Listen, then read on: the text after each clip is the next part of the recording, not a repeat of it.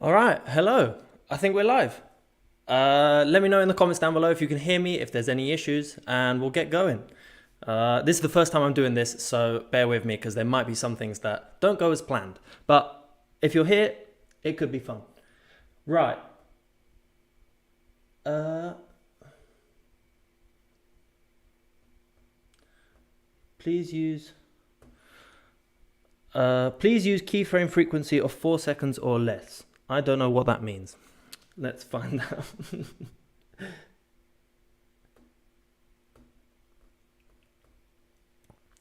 Can everyone hear me at least? Good morning, Gus.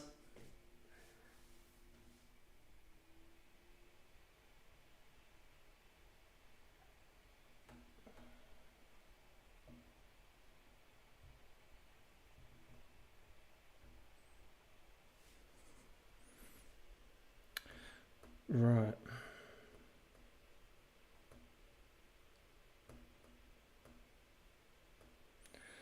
Okay, so we've got the overlay all set up.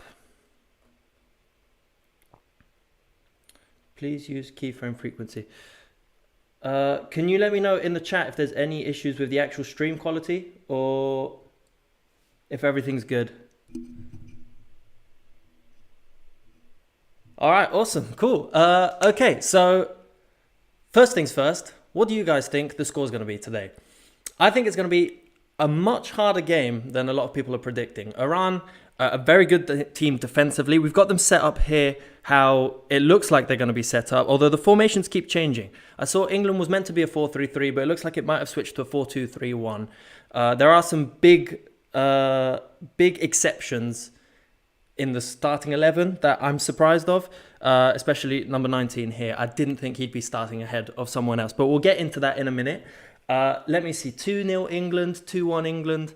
Yeah, I don't think it's going to be that high scoring. I don't know. I just think Iran are very good defensively. They don't let teams play very much. They like to sit back a lot. And I think England's going to struggle to break down, this defensive block. If they do go with a back five, which is what it looks like they're doing, it's either a 5-3-2 or a 4-5-1.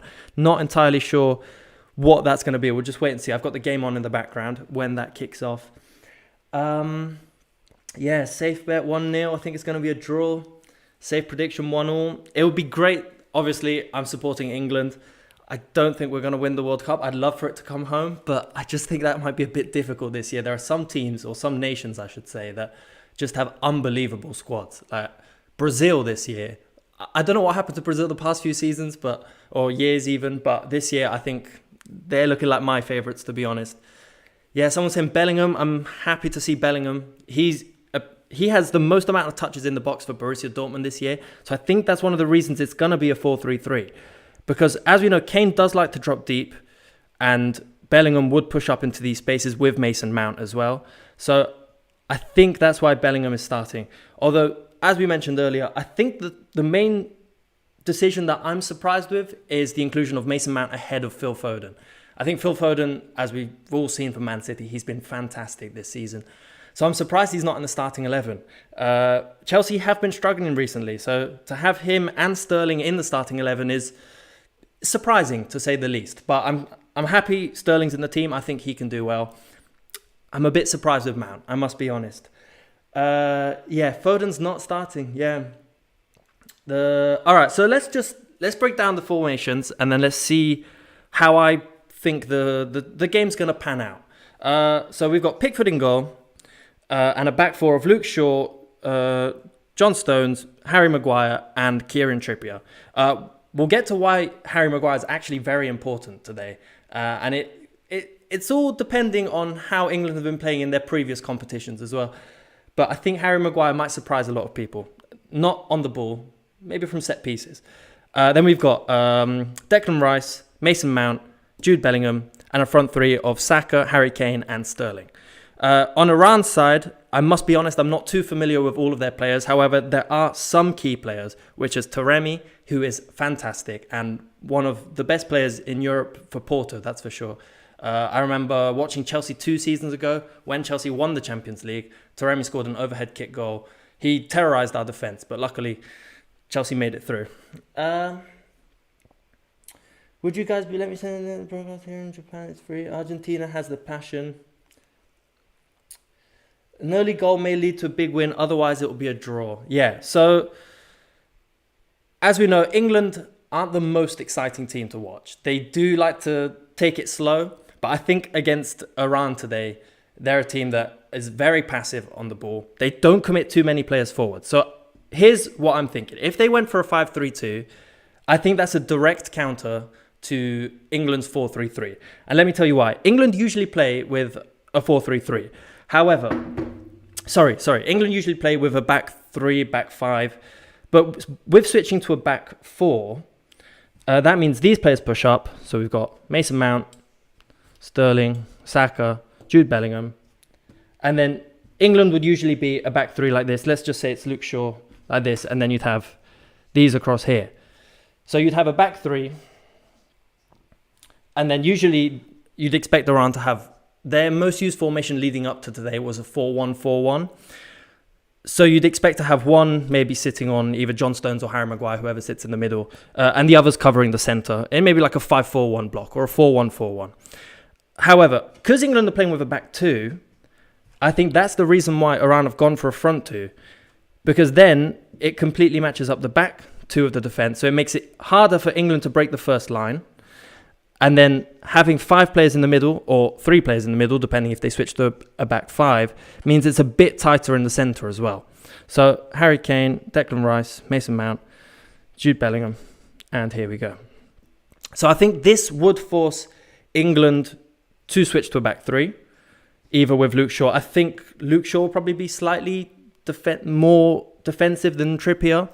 That's also because of Saka, and we can get into that in a minute. But Saka, obviously, the 2 inverted wingers, Saka likes to cut inside a lot, play in this position.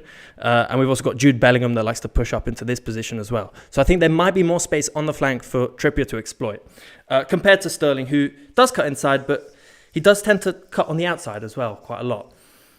So anyway, that's how I see England trying to beat the front two, is maybe switching to their roots, going back to a back 3, if needs be. But I'm happy that Gareth Southgate's gone for a 4-3-3 or a 4-2-3-1. I'm still not sure. I haven't seen the starting lineups on the TV. I've got a couple apps open, one saying 4-3-3, one saying 4-2-3-1. Not entirely sure. Let me know in the comments what formation you've seen, and then we can see if...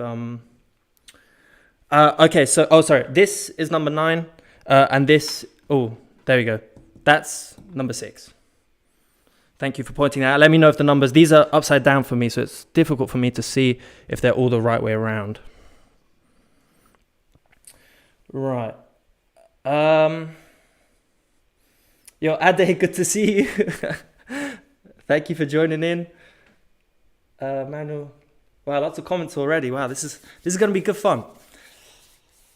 Okay, 4-2-3-1. Yeah, okay, so 4-2-3-1, right. So that probably means, yeah, that'll be Bellingham next to Declan Rice. Mason Mount as the playmaker, which, again, he sometimes plays this position for Chelsea. I'm not too much of a fan, to be honest. I much prefer it when he's a box-to-box midfielder, because Mason Mount has a lot of energy, and he's very good at picking up positions between the lines, but only when the opposition doesn't expect it. If he's the playmaker, then, yeah, he's between the lines. But if he's a box-to-box midfielder, he makes these runs, darting runs into space, and then he's more effective, in my eyes. So... this is... All right, let's set these up again. Let's make sure all the numbers are correct so you guys can see them. Harry Kane. Jude Bellingham.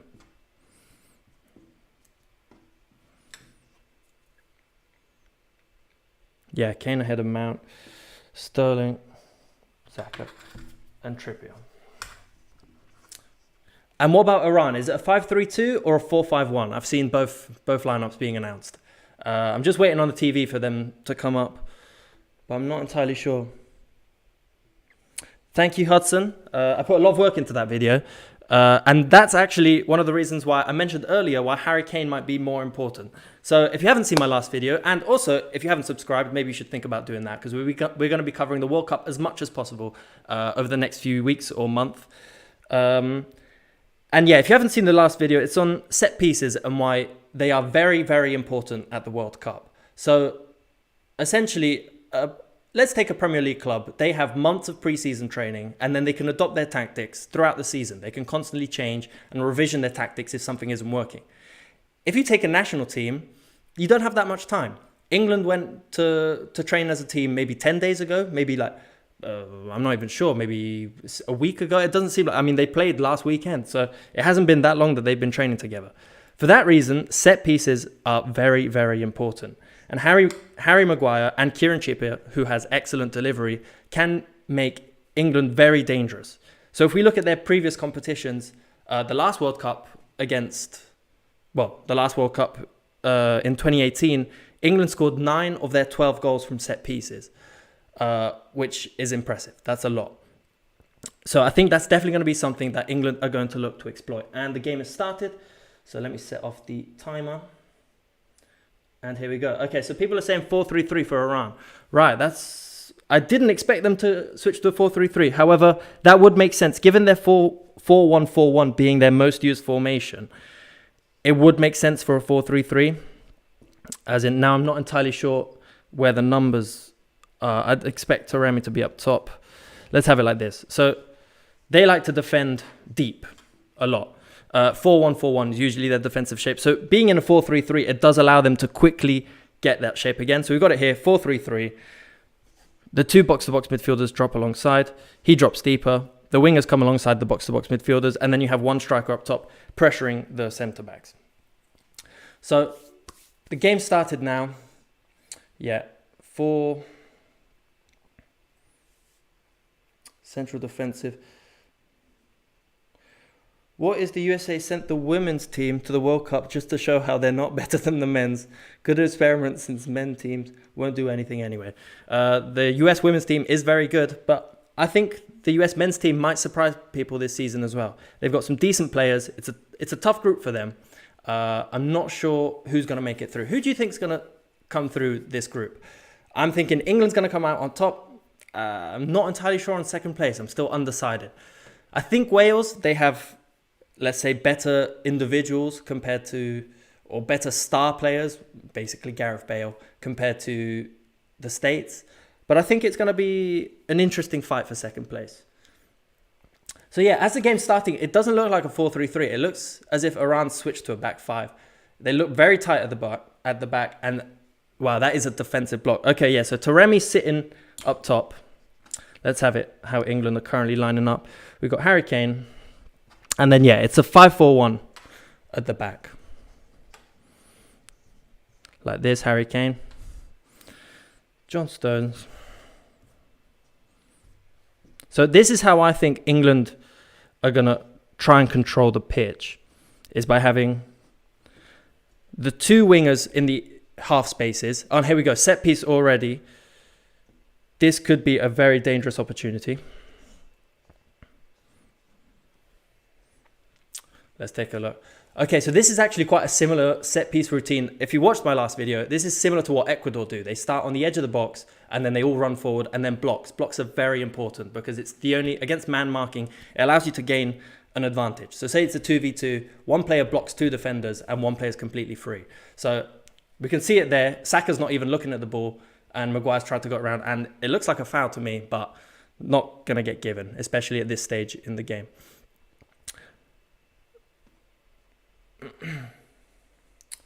Harry Maguire scores last minute header.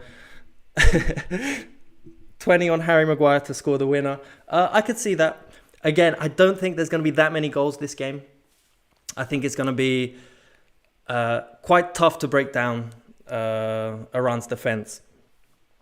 So here's what I think the main school of thought for England is.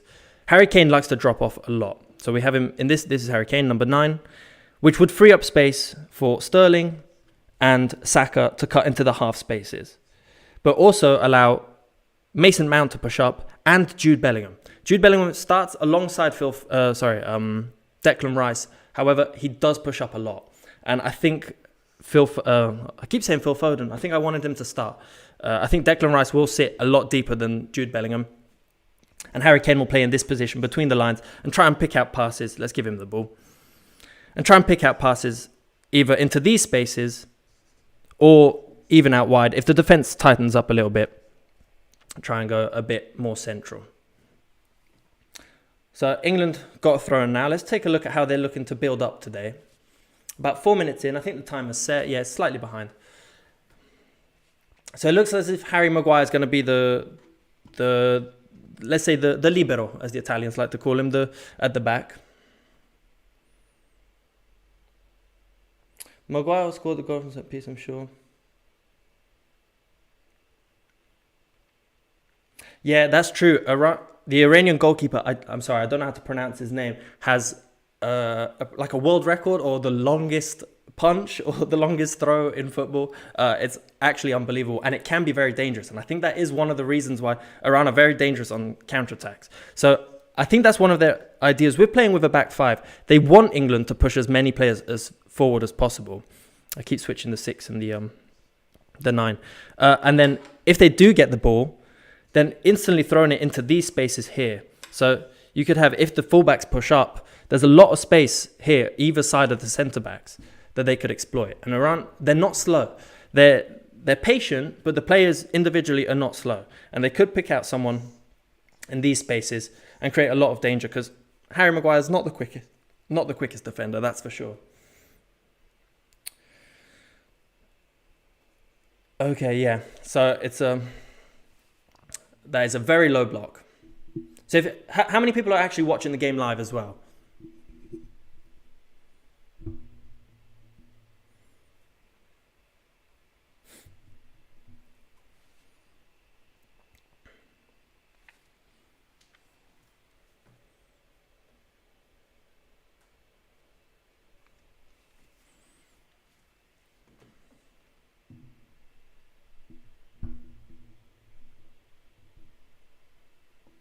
Bayron Vand. Okay, thank you. Yeah, pronouncing some of these names is going to be challenging this World Cup. That's for sure. Watching live, yeah. Okay, so a lot of people watching. So, yeah, if you take a look right now, you can see they're not too aggressive on the centre-backs. They're trying to block off passes into the centre, and then there you go. They get the ball. Okay, they got away with it there as a foul. But they're just trying to close off. Let's say John Stones, Harry Maguire at the back. They've got Trippier and Shaw as support, Declan Rice in the centre. They're trying to block off these central passes, right? So they want to force England out wide. Because against the 5-4-1, you've got a lot of cover in the half spaces, and you've also got this player here that can cover any central passes. So it's harder for England to gain an advantage. The whole reason of having Saka and Sterling is because they're inverted wingers. So, good ball in. Ooh, back post. Good chance for England. Harry Maguire did nearly score. I should actually whack a 20 on that. That might work. What a chance. Yeah, good ball from Kane.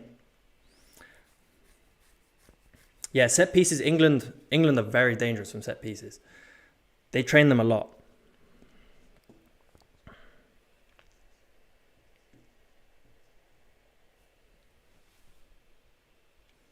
Yeah, so Mount looks like operating much in the left half space to combine with Shaw and Sterling for an overload on the left flank. Yeah, that's true. So if we take Luke Shaw, you'd have Raheem Sterling out wide, Mason Mount pushing out wide, Jude Bellingham. So the structure could look something like this. So you're trying to create essentially a 5v4 situation. So if you have Sterling out wide, Luke Shaw as support, Mason Mount into these space here. So the half spaces are one of the most important spaces on the pitch in football in general. They're very difficult to gain the advantage from, but if you do it correctly, then it's deadly. And it's one of the reasons why Pep Guardiola and all these positional play managers are able to create the space that they do, is essentially because of the half spaces, both in attack and in defense as well. Because as an example, let's just say it's a back four. And we have a player moving into this space, right? So we've got Mason Mount in this space and we've got Sterling out wide. Luke Shaw's on the ball. So there's two things that could happen here, because Mason Mount can't be left free. This is a dangerous position, even between the lines. If he's given space to turn and attack, then that's a dangerous opportunity. It looks like the goalkeeper with the long throw is down. So let's say Mason Mount moves into this space. It creates a bit of an issue for the defence. So if the centre-back pushes out to cover, which is fine, but that frees up a lot of space for Harry Kane. So you probably don't want to do that because a more direct central pass is a lot more dangerous and difficult to stop. So the centre-back's probably not going to step out. So let's say the fullback closes his shape a little bit, the defence tightens a bit, and forces a play out wide. Right, but now you have Raheem Sterling, who is an inverted winger, in a 1v1, because eventually the fullback will need to step out, in a 1v1. And he can easily dribble, either go onto the left or onto the right, cut back inside, and look for a cross onto the second post, where we've got Saka cutting inside, Jude Bellingham, and Harry Kane. So, again, the half spaces are very important. And if England are able to get Mason Mount into this position a lot, then even against the back five, it can create a lot of issues. Because eventually, given that they're playing as a back five, they'll have someone covering. Let's say Raheem Sterling's on the ball, Luke Shaw, Declan Rice, Mason Mount. Jude Bellingham moves inside a little bit. So that frees up more space in the centre now. So it's either a 5-4-1 or a 4-5-1. If you go for a 5 at the back, then there's more space in midfield. So you could either have Jude Bellingham between the lines, you could have Declan Rice on the edge that can shift it onto the other side. England have a lot of width. Kieran Trippier is always ready on this side as well. So I expect England to be doing this a lot today. Maybe if Kieran Trippier is on the ball on this side, I expect Luke Shaw to move inside as well. Acted as an inverted fullback. And it looks like the goalkeeper's in a pretty bad shape, actually. They might need to make a sub quite early on, which is definitely not good because the goalkeeper is good. That pivot should man-mark Kane. Yeah, so man-marking Kane could work. However, let's say that's also dangerous as well. Because there's one thing about low blocks is they're effective, but there's a reason they're boring on TV. They're quite boring for the players as well. And man-marking in a low defensive block can get very tiring very quickly. And it does lead to teams making mistakes quite regularly as well. So let's say, I don't know who I have here as number 18. Let me just check the formation again. So Kareem, that probably wouldn't be. It would be number 19, wouldn't it? Yeah.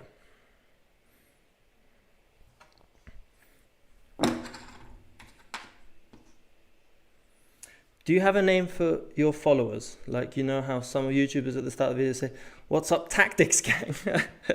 I don't, but I kind of like Tactics Gang. That could be quite fun. If you have any good suggestions, do let me know. That could be fun. All right, I see there's a bot. I don't know how to get rid of bots.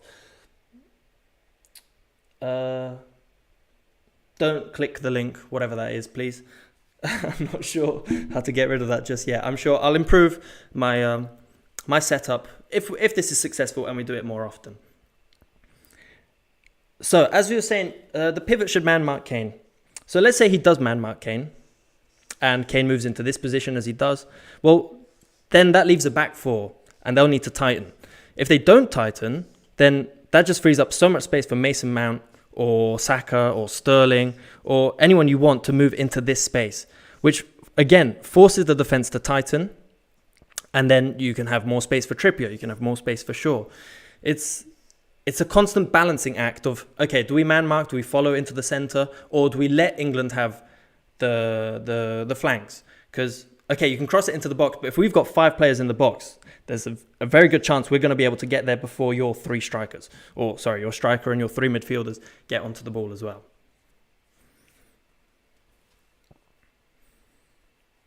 All right, Tactics Gang for the memes. I like it. Imagine if the pieces move in real time. Yeah, I don't have the budget for that right now. These are just post-it notes as well on the thing. I'll try and make, if I could find a way of like making specific numbers on top, that could be fun. I try and do as many cool effects on the videos as possible. But during a live stream, it's slightly more, let's call it an experiment today. Man marking would be horrendous, as even if Kane is prevented from turning and playing, he can just lay it off to somebody, an active third man movement in behind as there's space vacated. Yeah, exactly. That's what I'm thinking as well. It could cancel out Kane, but Kane's very good being man-marked. I mean, he does this movement. He drops deep all the time. Is what he does. And then Tottenham have Son and Kulusevski who cut inside. They've got not the best wing backs, but they've got good wing backs that can push up and attack. I think that's one of changing the topic a little bit while this goalkeeper gets back on his feet. I think that's one of the reasons Tottenham. I really like Antonio Conte. I think he's a fantastic manager, but I think that's why Tottenham are not doing as well as I think they should. They're doing well compared to Tottenham's previous seasons, but I think they should be doing better. And I think that is down to their wing-backs not being up to scratch. If you look at Antonio Conte's previous teams, Inter, Chelsea, Juventus, they've all had fantastic wing-backs. And I think they might need to do some investing in the January transfer window. Right, let me see. How do you get rid of bots? Put user in timeout. That might work.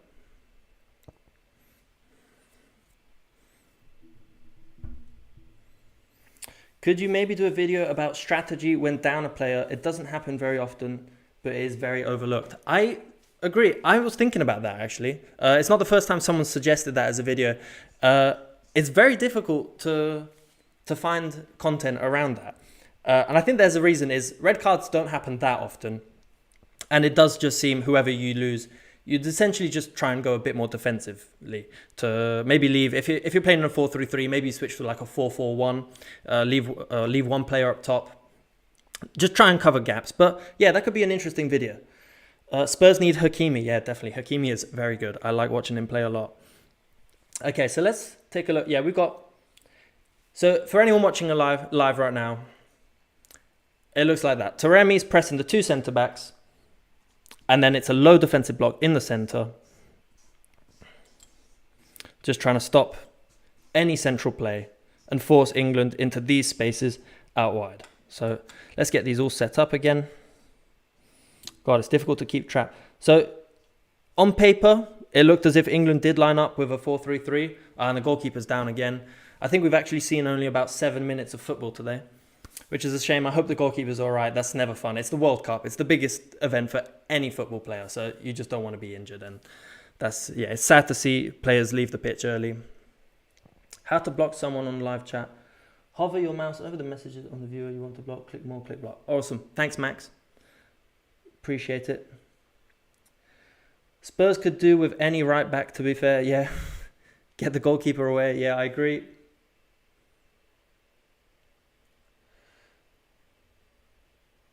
Would you recommend to a really bad class team to man mark instead of real formation? I'm not entirely sure what that means. Could you explain, and then I'll see what I think about that.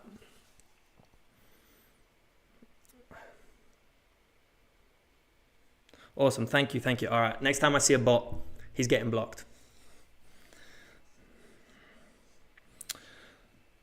All right. So what do you make of England's, well, probably about 6 minutes. Oh, wow, they're playing with two balls now to kill the time. Fair enough. I can't imagine the players need to warm up. That's another factor I think England might struggle with this World Cup. The heat. There's a lot of countries that are probably better prepared than England for the weather. And it does look like, if you looked at some of England's training videos, it was hot. I mean, it's the middle of the desert. It's difficult for that. Oh, wow, I just saw the injury the keeper got. Yeah, that's bad. Fair enough. I can see why he's coming off.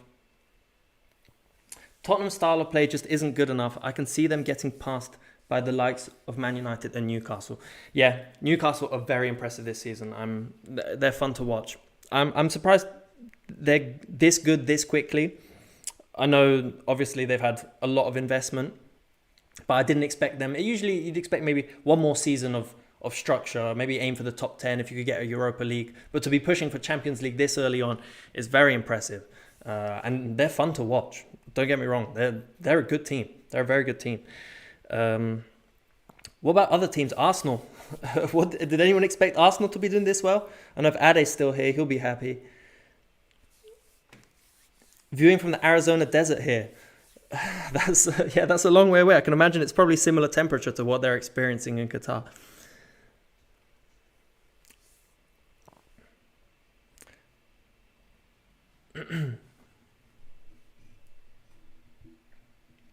All right, okay, so that's definitely a good change for England.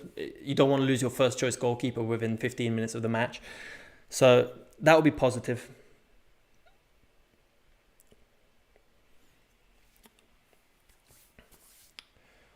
Okay, let's take a look. So,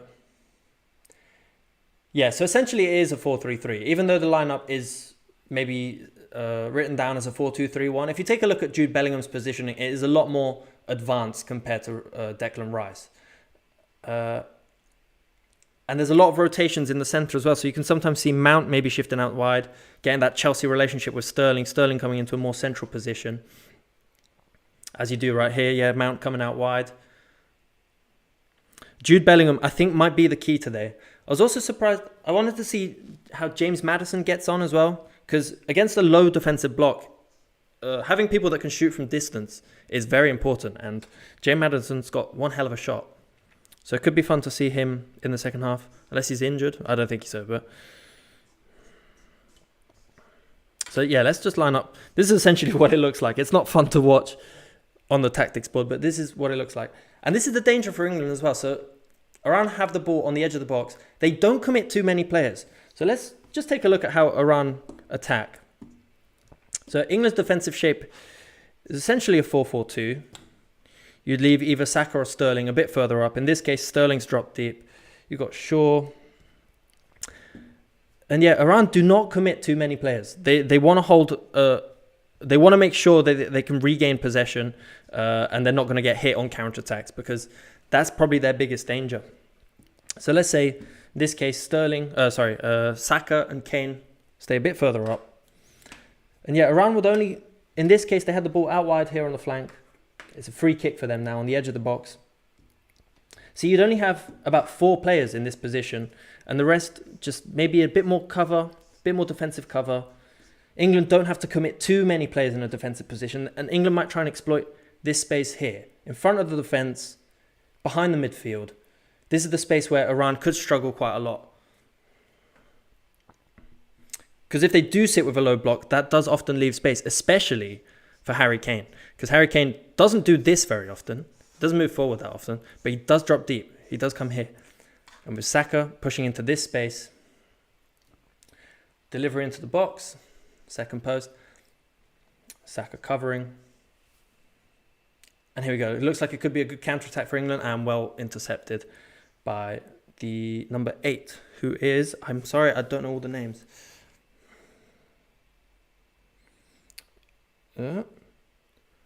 Puralingani. I butchered that, I'm pretty sure. Yeah, England seem to move the ball very sideways and backwards. They need to move it quicker and pass and move. I agree. However, one of the reasons I argue with this about my dad all the time as well. I remember watching Chelsea's Frank Lampard. If you haven't worked out, I'm a Chelsea fan, so I talk about Chelsea quite a lot. That was one criticism my dad had with Chelsea under Frank Lampard is they just passed it around the back a lot. And the reasoning behind that, and it's not fun, it is boring to watch, but the reason behind that is because against the low block, which a lot of teams did against Chelsea that season, you want to force them to push up. You want to draw them in. Because if you don't draw them in, then there's no space here for you to exploit. So again, let's get England back into the shape that we're likely to see for the majority of the match. And then let's just take a look at why boring plays are often kind of effective, but not fun. There we go. So, yeah, it'll be a 4-3-3 in this position. So, against the low block, Chelsea forever. Ayo, good name. Beach soccer doesn't need tactics, bro. Just use your flair. England seem to move the ball. Yeah, definitely not true. Is it better for a player who aren't good at football to just man-mark the other players, or should they play in a formation which doesn't change much even if the enemy moves a lot? That depends. Man-marking is not as easy as it sounds. On paper, it's easy. Just follow your marker. But that's not easy, especially if you're against a player who's very good at movement. And if you just man-mark, then you're going to get caught out because maybe you move into this position, but then you leave a space here. And man-marking actually requires so much more teamwork than is maybe portrayed in tactics. That's why zonal marking is probably more effective during the match. And I mean zonal marking from open play, because it's easier to see, okay, so this player steps out. This is just an example. Okay, I need to cover this space. I need to make sure this pass doesn't come through. But if you're going, okay, he's marking him. Oh, crap, I need to mark him. I need to move here. It's a bit harder to zonal mark. Sorry, to man mark. I'm getting confused. Anyway, as I was saying, against the low block, there's a reason why England end up passing it a lot, again, along the back four a lot. And it's not fun to watch. It is boring. But it's boring for the other team as well. And no footballer becomes a footballer by sitting in a low block and not touching the ball for 90 minutes. Eventually, the other team is going to want to push up a little bit. So let's get Taremi pushing up. So they're going to want to try and put pressure on the centre-backs. And as they do this, it frees up space in the centre here. So with patience, eventually you will create a gap between the lines that can be exploited, which is why Jude Bellingham's in the team. It's why Mason Mount's in the team. And it's why we've got the inverted wingers, because then if the ball does make it here, then the team pushes inside and then you've got space out wide as well. Beach soccer is good fun. I'm a big advocate of futsal. I've been playing futsal for a lot of years. Absolutely love it. Difficult, very technical, but it's good fun. It's good fun. I'm not very good at 11 aside. The pitch is too big. I can't run that much.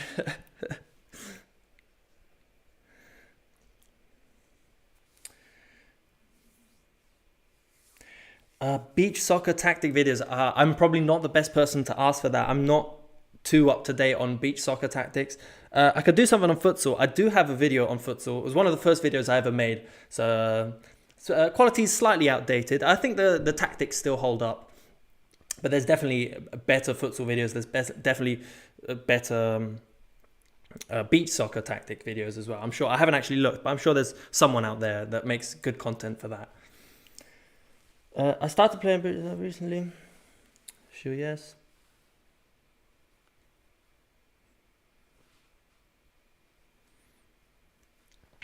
Okay, let's just take a look at how the game is progressing as well.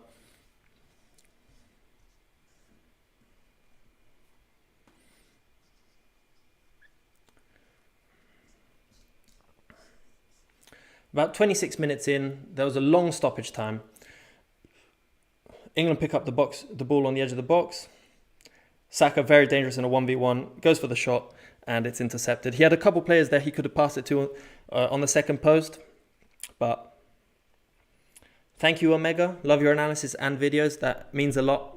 I'm very happy there's a lot of support on the stream today. I'm really enjoying it. I didn't think that many people would join in. It's good to see all you guys commenting and enjoying the videos. I'd love to upload more, but it's quite time consuming to make all the content. But I always make sure the videos are as interesting as they can be. Anyway.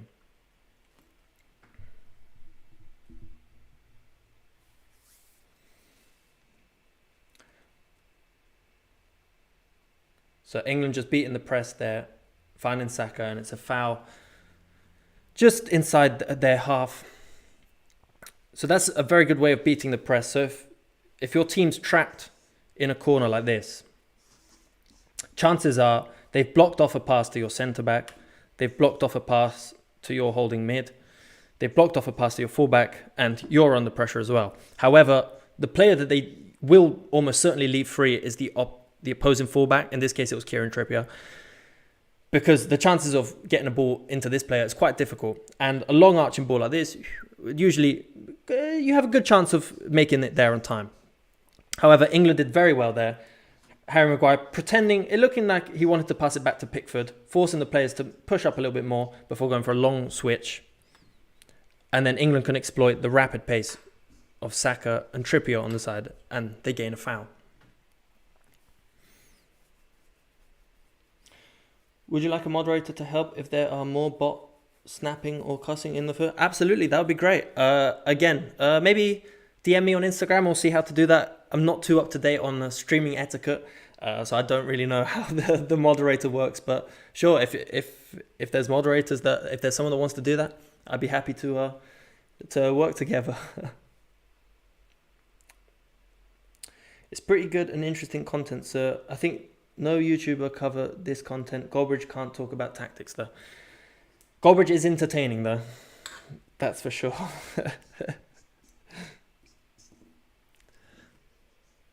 Should have been a goal. Yeah, it was a good move from England there. Great ball. See, there again, half space again. In between. Ooh, great chance. Great chance. Mason Mount just cutting into this position. Here he is. So let's take a look. Finally, a goal kick. We can see how England want to press. Although I doubt Iran's going to build up. Yeah, exactly. Goalkeeper's going long. So it looks like if Iran do want to build up, the back three will switch to a back four. One of the centre-backs pushing out wide. Let's get the numbers right again. And then we have Harry Kane and either Mason Mount or Sterling on the two centre-backs. Yeah, let's...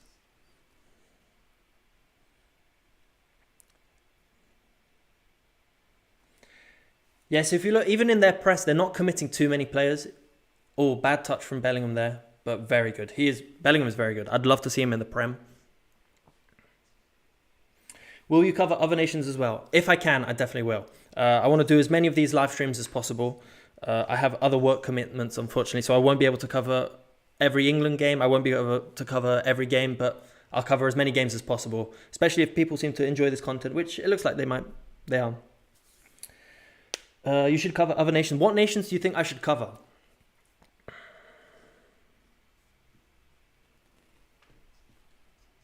So let's get the board set up again. This is proving to be quite challenging, keeping track of Bellingham. He moves around a lot. Nice little nutmeg from Raheem Sterling there. Gets into the box. Great tackle. Perfect timing. Okay, so we've got a corner for England. So if you're watching it live, it's very difficult for me to portray corners on the board here because it's a bit small. But take a look. There's always 3 or 4 players on the edge of the box. In this case, England going short, dragging a player outside the box, dragging the guy off the post off, which would suggest England are going to make a darting run onto the front post. But I don't think that's where the target is. The target, in this case, I think is going to be second post. Okay, so it's taken time. They've set up again. Spain, Brazil, Argentina, Netherlands. Argentina, Germany, Brazil. Yeah, I think there's... Yeah, second post. Oh, Harry Kane. Not Harry Kane, sorry, Harry Maguire. Whoever said I should place a bet on Harry Maguire, you're right. He's definitely going to score. But there it is again. England are so dangerous from set pieces. It's unbelievable. Again, if you haven't seen that last video, you should go check it out. England, Ecuador, Argentina, and Portugal, because of Ronaldo. All very dangerous teams. Well, not just Ronaldo. They've got Bruno Fernandes. They've got some good free kick takers. Portugal have a good team as well. I don't see anyone actually mentioning Portugal. I don't think they'll win, but I think they'll do all right. Yeah, Harry Maguire, great header. Off the crossbar. That's the second big chance of the game. Both of them coming from Maguire. Maguire. Harry Slabhead Maguire should have scored. Yeah, definitely. Okay, let's take a look. Yeah, so if you're watching it live, you can see there's Iran. They don't commit too many players. They've got Taremi up top, another 3 players. They just don't want to concede. And you can't blame them. If you look at the last World Cup, the last Euros, the best tactics, France, they were slammed for playing anti-football in the build-up to the World Cup final. World Cup final. Because they just don't want to concede. It's a big tournament. Losing 1-0 is a loss. Every point is so important. So not conceding is more important than scoring. Serbia have a unique ability at scoring a lot from crosses. I think you should cover Germany-Spain game. Yes, I think I can cover Germany-Spain, and I think I definitely will. Because that's probably the first big game. There was also Croatia, someone else, which was very good. Oh, Vlahovic, yes. Vlahovic is very good. I must be honest, he was unbelievable to watch when he was at Fiorentina last season. He was good at the start of Juventus. I wanted more from him this season. I don't think he's entirely to blame. It's a difficult setup, but I think he could have done better. I think he could be doing... Juventus as a whole, they're struggling a lot. So comments coming in goal. I think my stream might be a bit behind, or I'm being trolled. Mason Mount dropping it off. There it is. Oh, it is a goal. It is Jude Bellingham. Oh, fantastic. Fantastic goal. Okay, so there it is. That's a perfect example of how England are playing. So you've got the five defenders out wide, absolutely perfect. So with the ball coming in, where's the ball? I've lost track of the ball. With the ball coming into Mason Mount, he drops off. It forces the players to come follow him, and it tightens the defense a little bit.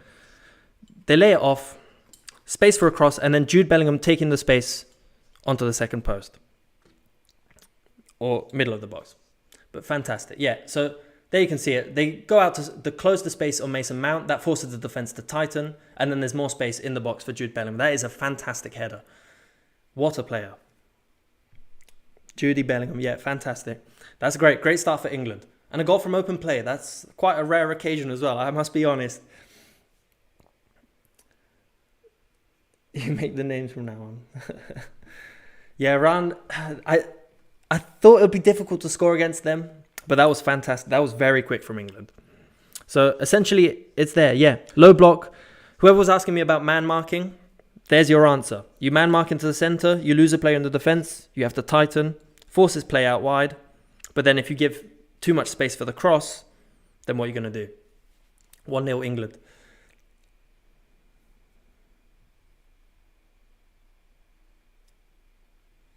There you go. England look up for it. They've started strong.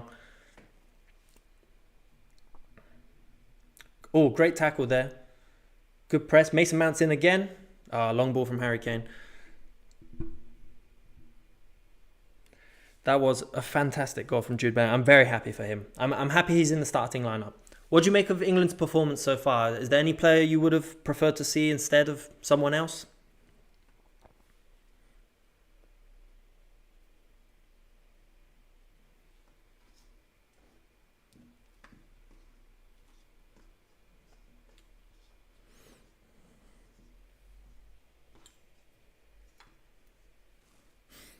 Okay, let's get all the players set up again.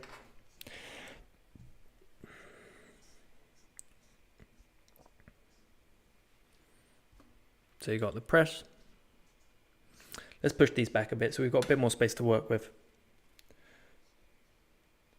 Yeah, they're playing with a back five, which is not their usual formation. I'd say coming into the World Cup, their most used formation was a 4-1-4-1, which essentially does, if you take a look here, you got 4, you got 1 here. Essentially, it does become a back 5 if they do need to defend deep.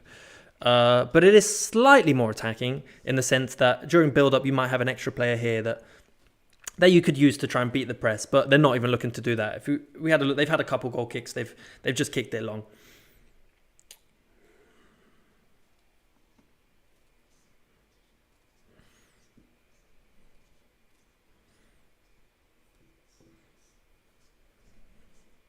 So let's get him back into a 5. There we go.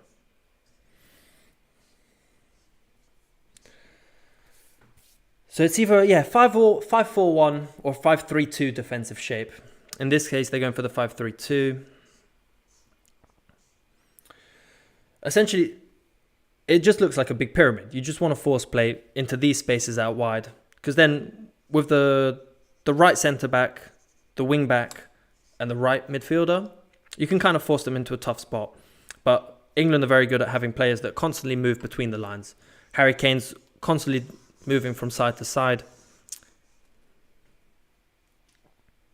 Thoughts on Saka and Sterling's Stone Island boots? I thought they were gross. I can't lie. I didn't like them.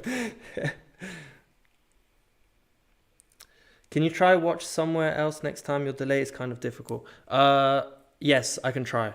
I'll find a solution.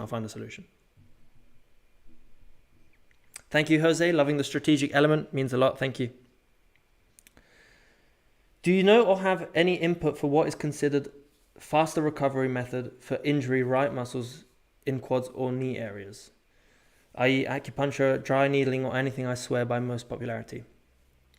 I don't, unfortunately. I'm not too up to date on physiotherapy and the fitness side of the sport. I'm fully focused on the tactics and the video element of it. I'm sorry. I'm sure there's content you can find somewhere else on YouTube with better suggestions.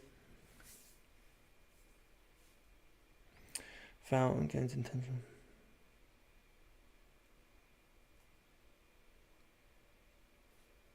Except for the foul on Kane's intention was to head it to Mount beside him as he was man-marked and there was space behind. Was that for the goal, you mean, Paul? Oh, sorry, Vishnu?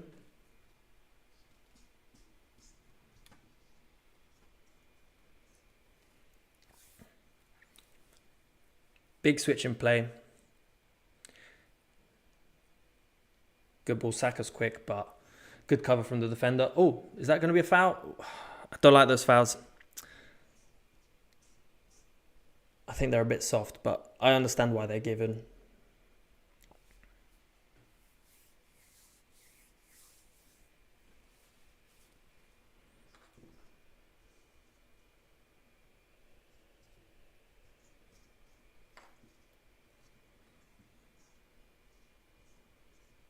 So switching play does actually work very well against back five formations.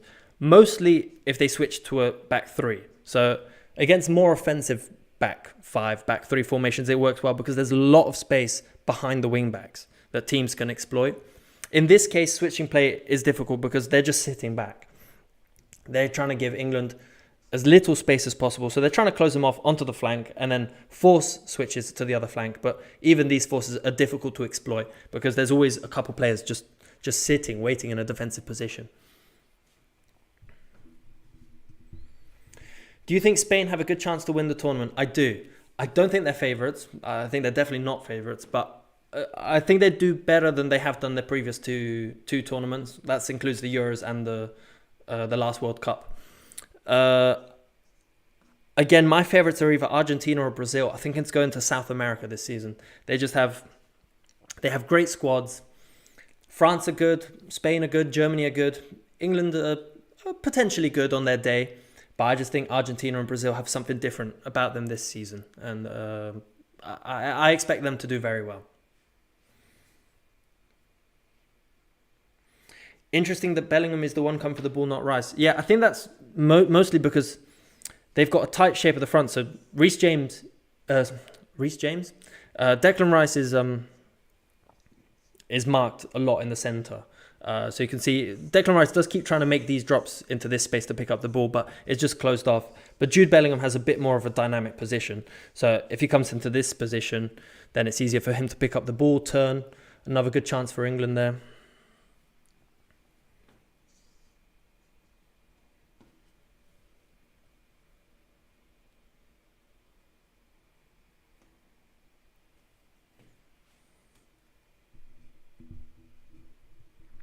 Why don't managers adjust their tactics game by game but prefer to stick to a system?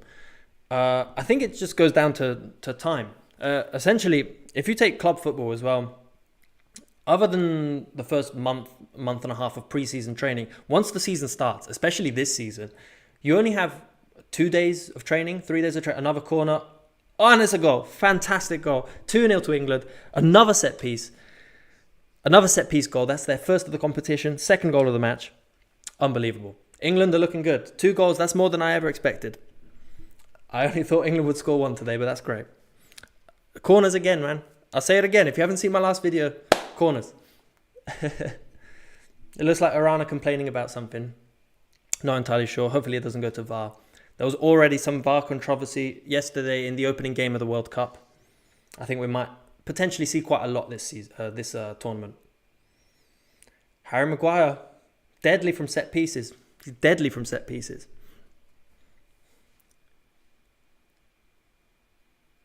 That is fantastic. Those are 2 great goals.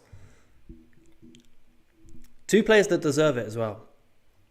Saka was harshly criticised at the Euros, unfairly in my opinion.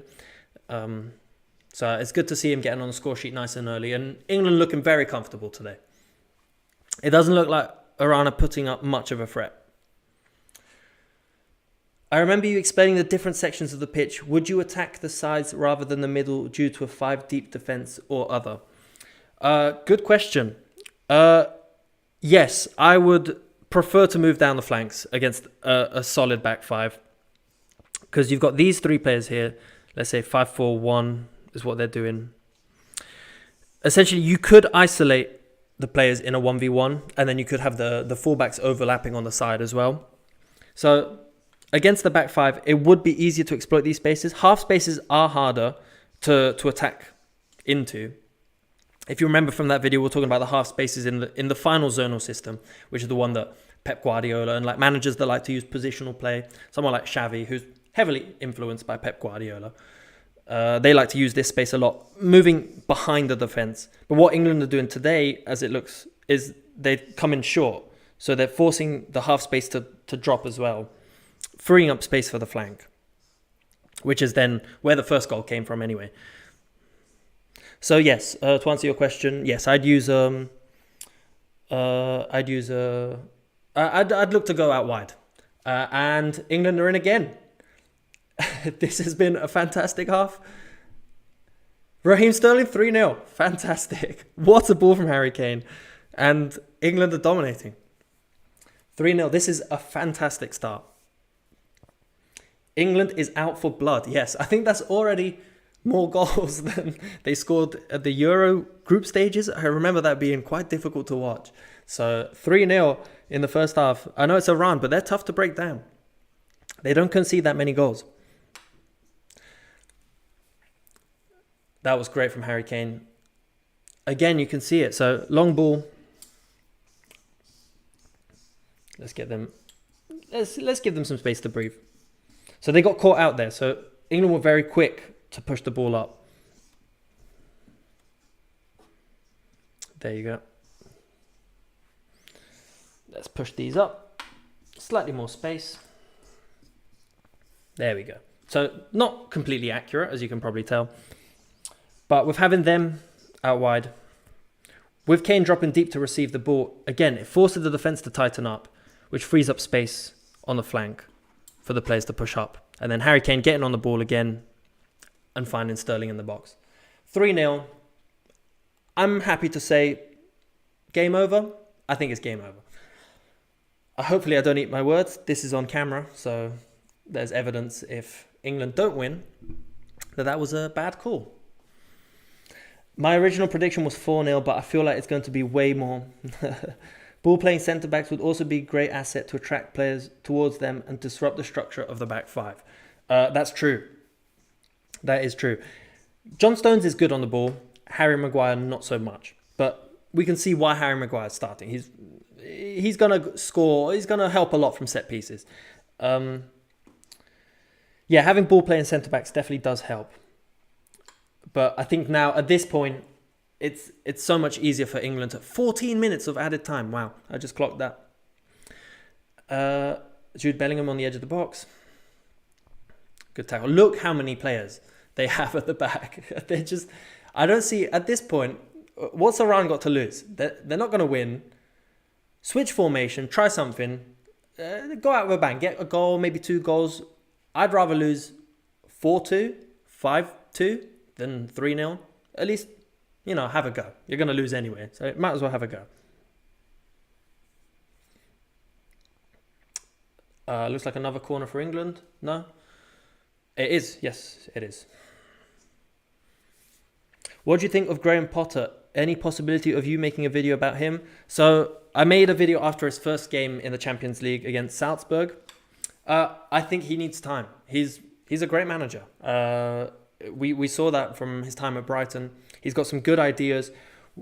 You can sometimes see what he's trying to do with Chelsea, but I think now it's a couple seasons. It's a bit of a mismatch of players. It's a bit of Tuchel's players. There's some of leftover Lampard players.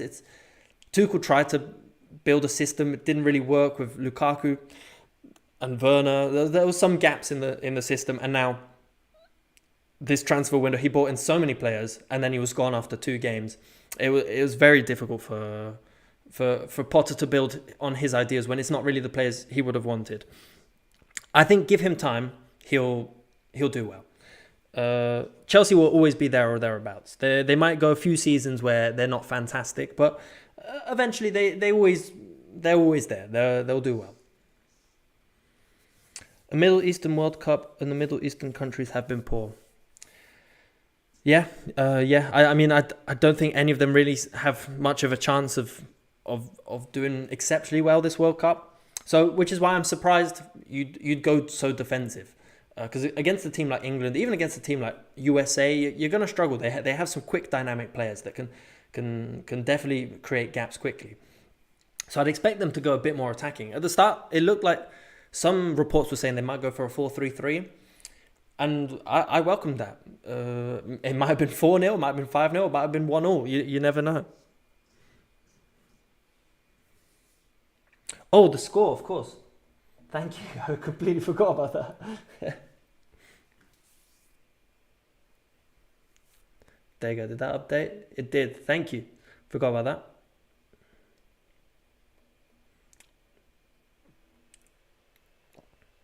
Thank you. Thanks. Lots of comments. Appreciate the support, guys. Means a lot.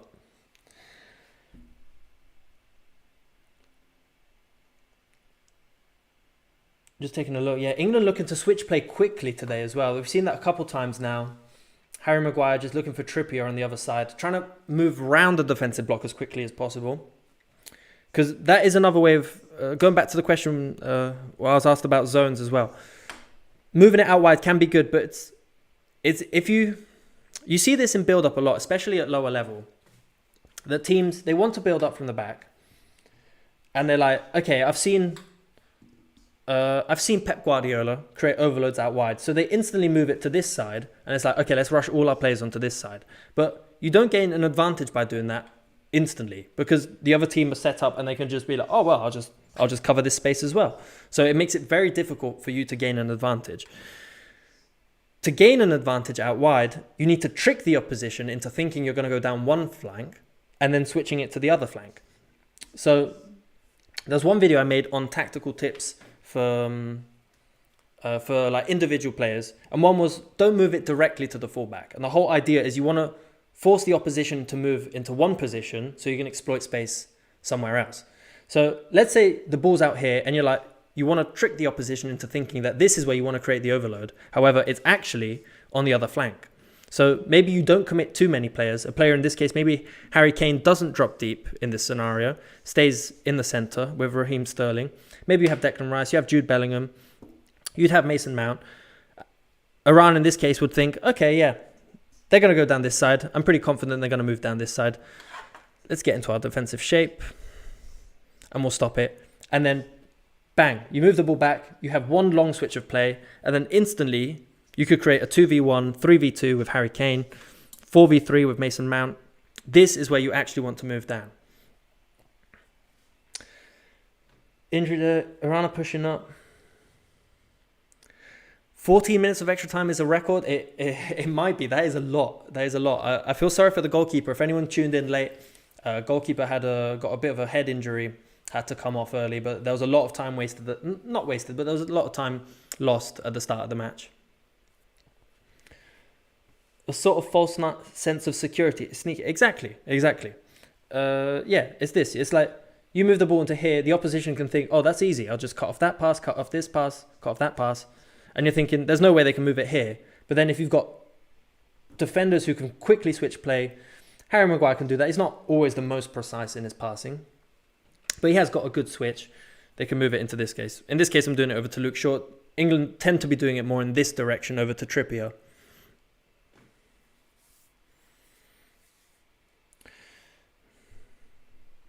Could you tell us a bit about your football coaching story and where you picked up all your tactical IQ? Are you coaching or did you pick it up from game, film, books, etc.? So yes, I've actually been coaching part-time for about 4 years now.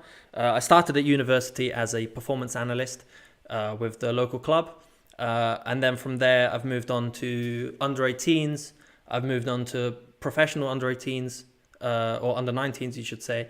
And then this season, I'm assistant coach for essentially conference level team. It's not England, so it's a slightly different system. But I'm enjoying it a lot. I'm learning a lot from the coach. I'm learning a lot from the players.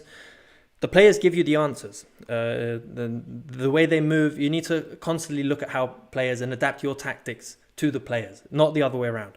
I'm a big fan of managers who don't have one system, but they have an idea and the players give him the idea. So again, I know I've mentioned Pep Guardiola about 10 times already this stream, but Pep Guardiola does always tend to use a 4-3-3, but it changes a lot depending on the players he has on the pitch, depending on the team, depending on the match. He's often criticised for changing formation too much. But I'm more of a fan of managers who adapt their ideas to the players rather than forcing their ideas onto the players. So yeah, I've been coaching for a while. My main role is essentially performance analyst. So I record the games, I create the videos for the players on how the opposition plays. So essentially, I'm just doing my job today, but I'm enjoying it. This is a lot more entertaining than my actual job. And it looks like Iran, good chance there. England committed a lot of players out wide here, leaving a player completely unmarked on the second post. And there is danger. If they do start to push up, they do have quick switches. And England, a bit exposed there, and he was offside, actually. What is the Iranian doing trying to volley that? Yeah, that's true. He had so much time. Although it did look like Trippier was coming in quick, so maybe not as much as it looked.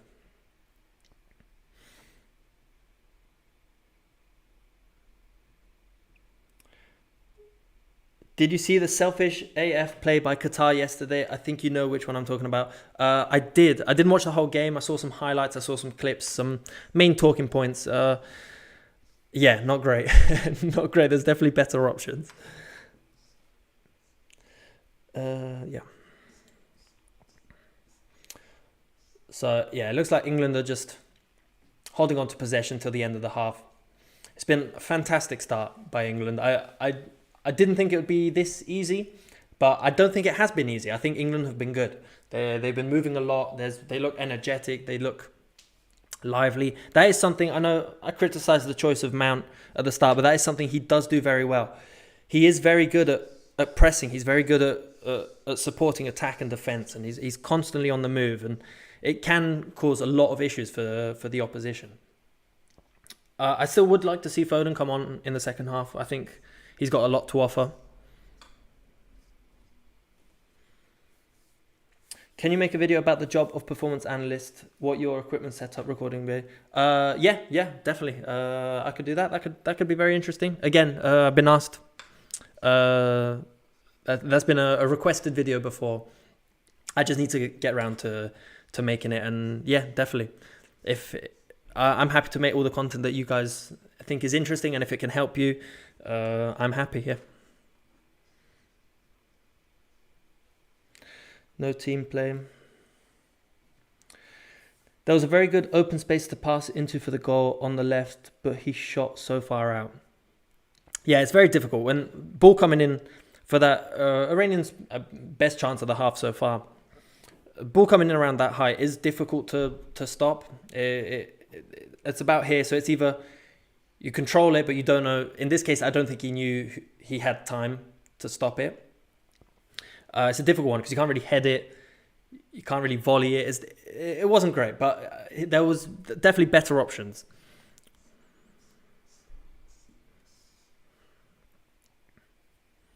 Mount is good at receiving the ball at the half turn. I still prefer Maddison. Yeah, that is something Mount does do very well. And it all goes down to his positioning as well. He's very good at picking up space. So here's a good example. He's very good at picking up a space between the free kick. Harry Maguire is definitely the target from free kicks and corners. All the time. I mean, to be fair, his forehead's bigger than the ball, so you might as well want to aim for it. Yeah, Mason Mount's very good at picking up position between the lines, receiving the ball, and because he's good at it, he has time to turn and then look for plays further up. Although I think this is the part of the game where, especially at Chelsea, he's doing well today, but I think it's one part. His decision-making once he's turned and he's attacking the back line is often not the best, in my opinion. He likes to push it out wide a bit too often. So something a player wants to do when you're on the ball, let's say it's Mason Mount, let's say he's pushing up, there's the centre-back, the midfielder is about to press him. Something a lot of players do, again at lower level, is they want to hide the player. They want to hide the ball from this player instantly. So they'll instantly move into this position and try and go round him. But what you want to do is you want to force him to make a decision. So if you move the ball towards him, he has to step out. And if he steps out, then that frees up space behind, which can be attacked by, I don't know, Declan Rice, Jude Bellingham, Harry Kane dropping deep. But if he doesn't have to make a choice because you're making the choice for him and you move out wide here, then it's easier. And I think that's something Mason Mount is good, but needs to improve. So he turns, receives the ball in this space, and then he maybe tries to come along the box here, maybe tries to move it out wide here, but he doesn't just attack forward. Force this defender to step out, frees up space for, who would it be, Kai Havertz, and move inside there at Chelsea, or even Harry Kane, yeah. Okay, so it's half-time. What are your thoughts on the first half? Very good start for England. What about the other games today? You're going to be watching the other games? Let me know. Good start. I'm very happy for this England squad. What are your thoughts on Gareth Southgate as manager as well? Do you think he's the best choice for the job? Do you think he rightfully should have kept his job after the World Cup, after the Euros?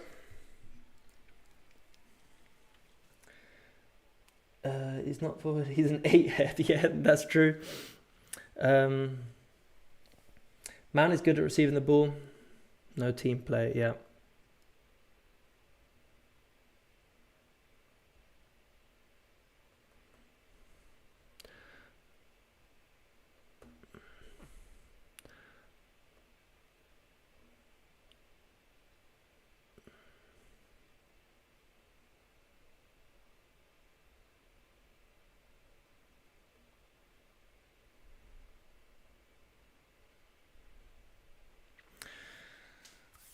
Okay, good. I think it might be a more exciting second half from the point of view of Iran not just sitting in their box. They've got nothing to lose at this point, so I wouldn't be surprised if they pushed up a little bit more frequently. I'm not sure what he's doing up here. He's the wing back.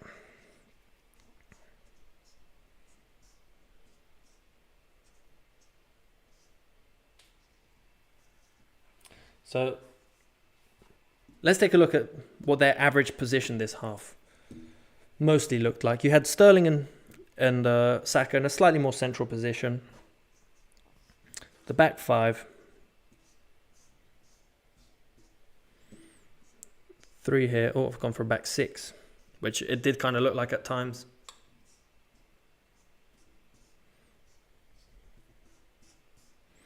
There we go. Jude Bellingham, Mason Mount, front 2.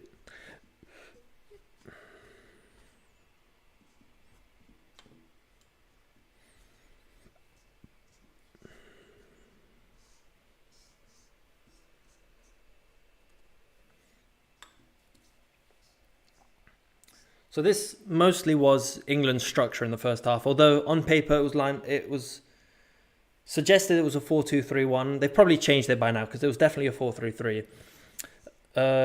In build-up, you'd have Declan Rice as the only midfielder as support.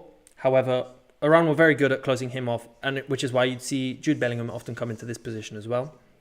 Mason Mount was slightly further up, not used as much during build-up in this position. And then you'd have Harry Kane doing what he does best at Tottenham as well, dropping back into the midfield, freeing up space for Saka and Sterling into these positions as well. Build up, England didn't seem to waste that much time as well.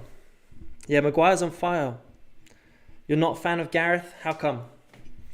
I don't like the style of football we played at the previous World Cup or the previous Euros, but World Cup and semi-final was a decent result, for sure. Obviously, it would have been nice to have won. All right. Okay, let me get some water.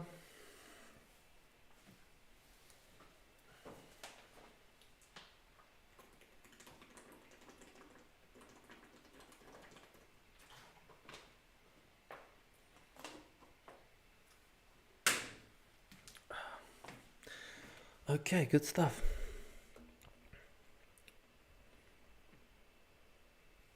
Right, yeah, let's get these numbers all sorted out for the second half.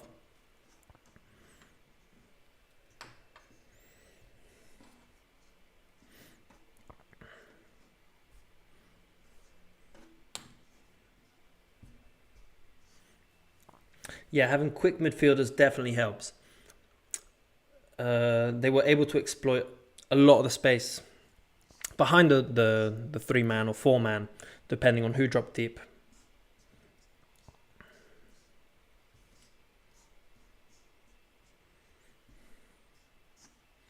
Yeah, England look very direct in their build-up as well. They usually waste a lot more time looking for space around the back. But today, I think thanks to Bellingham, thanks to Mason Mount, he's done well. They were able to break the midfield line a bit more frequently than they usually do during these competitions.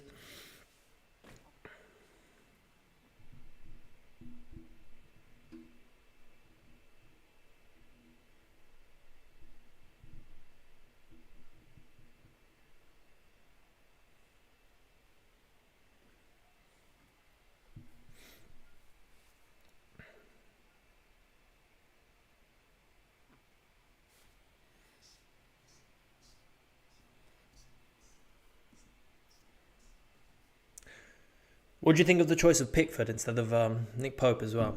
Or even Ramsdale?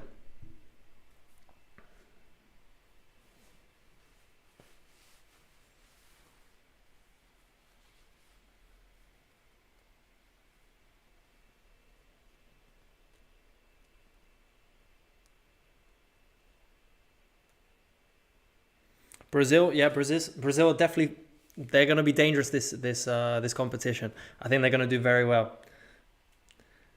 What are my opinions on Mount? I think if you replace Foden for him, the team can be dangerous. Yeah, I agree, Ade. I love Mount. I think he's a great player, very energetic. But I think Foden just gives you a little bit more. You've seen it at Man City this season as well. I mean, definitely De Bruyne and Haaland have stolen the headlines, but Foden's been unbelievable. And he's still so young as well. I'm surprised he wasn't in the starting lineup today, but so far we haven't needed him. Maybe he's resting him for bigger games. I mean, if we win today, we win against the States on Friday, we're looking good. 2 wins basically gets you through to the next round anyway. So I'd be surprised if he doesn't start the next game as well. I definitely do love watching Foden play. It's very exciting. What do you think of Saka? Yeah. Do you think he deserves? I mean, yeah, he's been pretty good, to be fair. What do you think Arsenal are going to do this season then?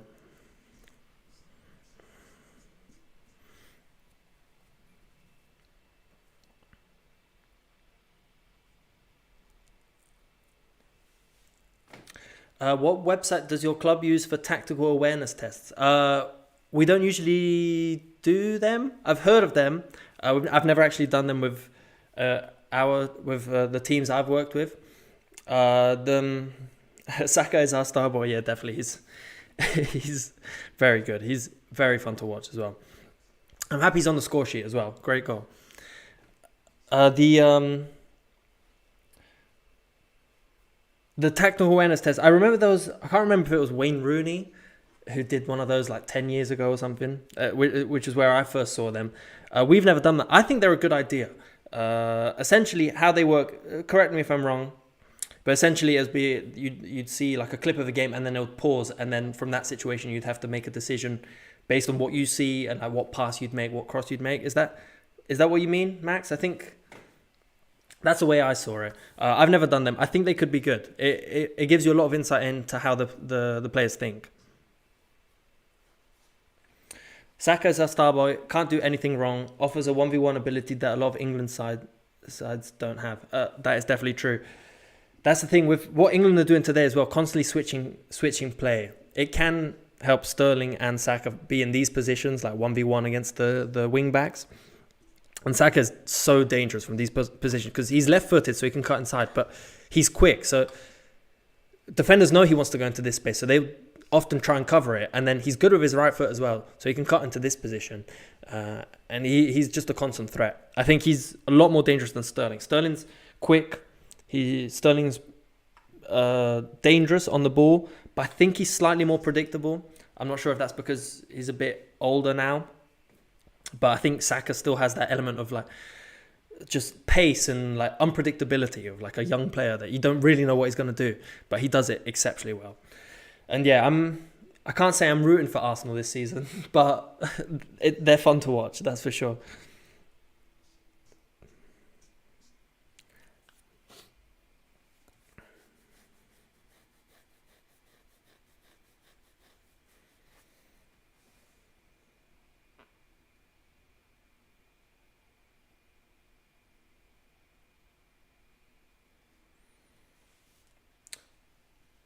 What a counter-attack. Also, England are so good in set pieces. Big fan of the channel from Algeria.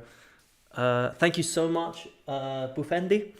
Means a lot. It's cool to hear that there's people from, looks like all over the planet watching today. Yeah, thank you. It means a lot. Yeah, again, quick reminder, last video on set pieces. It goes to show how dangerous England are. They've got some good routines, especially from free kicks. We take an in-depth look at one from Panama that they did during the World Cup in 2018 that they scored from in their 6-0 win, actually. So they've got a lot. They still need to score 3 if they want to match that. And yeah, England are very dangerous on set pieces. And I think a team that's good at set pieces will go far in the competition. You just need to defend well, score from your chances, and you'll do well. You'll do well. Sterling has been petrified, lost his dynamism and unpredictability. Yeah, that's true. I think you can see it at Chelsea this season. He's still dangerous. He does still create a lot of chances for Chelsea, but he loses the ball a lot as well. Like, he creates chances, but he should definitely be scoring more than what he does. I'm not entirely sure who our top scorer is. It might be him. He gets into some very good positions, but then, yeah, defenders just know what he's going to do. It's like he's a step behind sometimes. Yeah, definitely. Saka does kind of remind me of a younger Sterling. I think Saka's potential is a lot higher as well. Because he's still very young. There's a young side today as well. I reckon USA will beat Wales tonight. A lot of people are saying Wales are favourites for second place. I'm not entirely sure. Yeah, I think it's going to be a good game. I'm predicting a draw, like a 1-1 draw.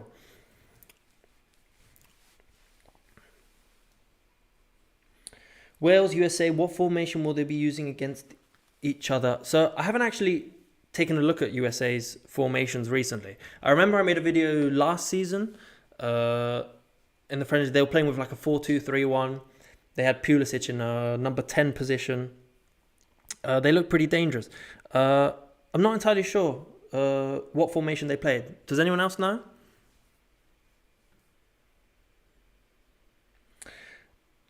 Cameron, how did you get to this high level of tactical knowledge?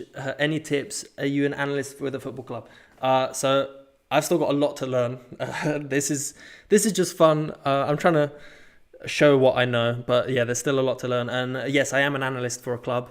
It's a part-time thing. It's not a massive club. I've been doing it for 4 or 5 seasons now, and I'm learning a lot. With the channel, with the football team, there's constant work. There's constant reading and watching football. I mean, it's great. I get to watch football all the time, so I can't complain.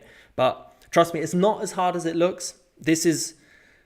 I hope this is clear, what we're doing today. I don't know how. I think I've lost track of Iran's players. I don't know where their correct position is. But definitely, if you want to learn about football, about coaching football, just start. Just watch football. But I get asked this question a lot. Like, how do you analyze a game of football? My biggest tip, and it takes time. I'm still learning as well. But if you can rewatch a replay of a match, there's lots of websites where you can do that for free. Rewatch a match and then pause it every 5-10 seconds when something interesting happens. So the best place to start is definitely goal kicks. Just take a look at goal kicks. Let's look. So what are England doing today? So they have the 2 centre-backs. They've got the 2 full-backs out wide. They've got Declan Rice. They've got Jude Bellingham. And this is a very, very common shape during build-up. There are nearly all 4-3-3s used because it is very effective. And England aren't being pressed too high up the pitch either today. So they've got the 2 centre-backs here. The full-backs, Declan Rice, Jude Bellingham and Mason Mount in these positions, with Saka out wide, Sterling out wide, and Kane in the centre. And we're just about to start the second half. Let me set the timer off as well, because I think I lost track of that as well. And then I'll get back to answering the question. Sorry, I just got a bit distracted. Stop that. Okay, let's update the second half.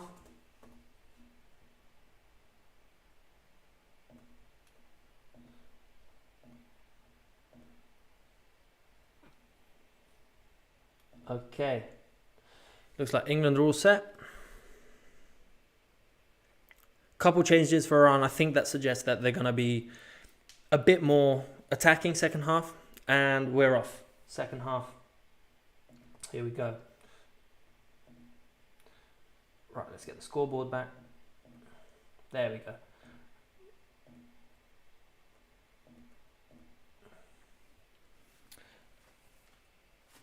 So, as I was saying, a good place to start if you want to analyze a game of football is looking at build-up. So, here we go. Perfect example right here. You can see you've got the two centre-backs, you've got the two full-backs out wide, and then you have one holding mid. You don't want to commit too many players here because then it's easier and then you have less players between the midfield and the defence, which is where you want to gain the advantage because that's when you're going to disrupt the block. So Iran have definitely upped the tempo second half. They've already got more players in England's half than they did the whole of the first half. That's quite funny. Bit too late, I think.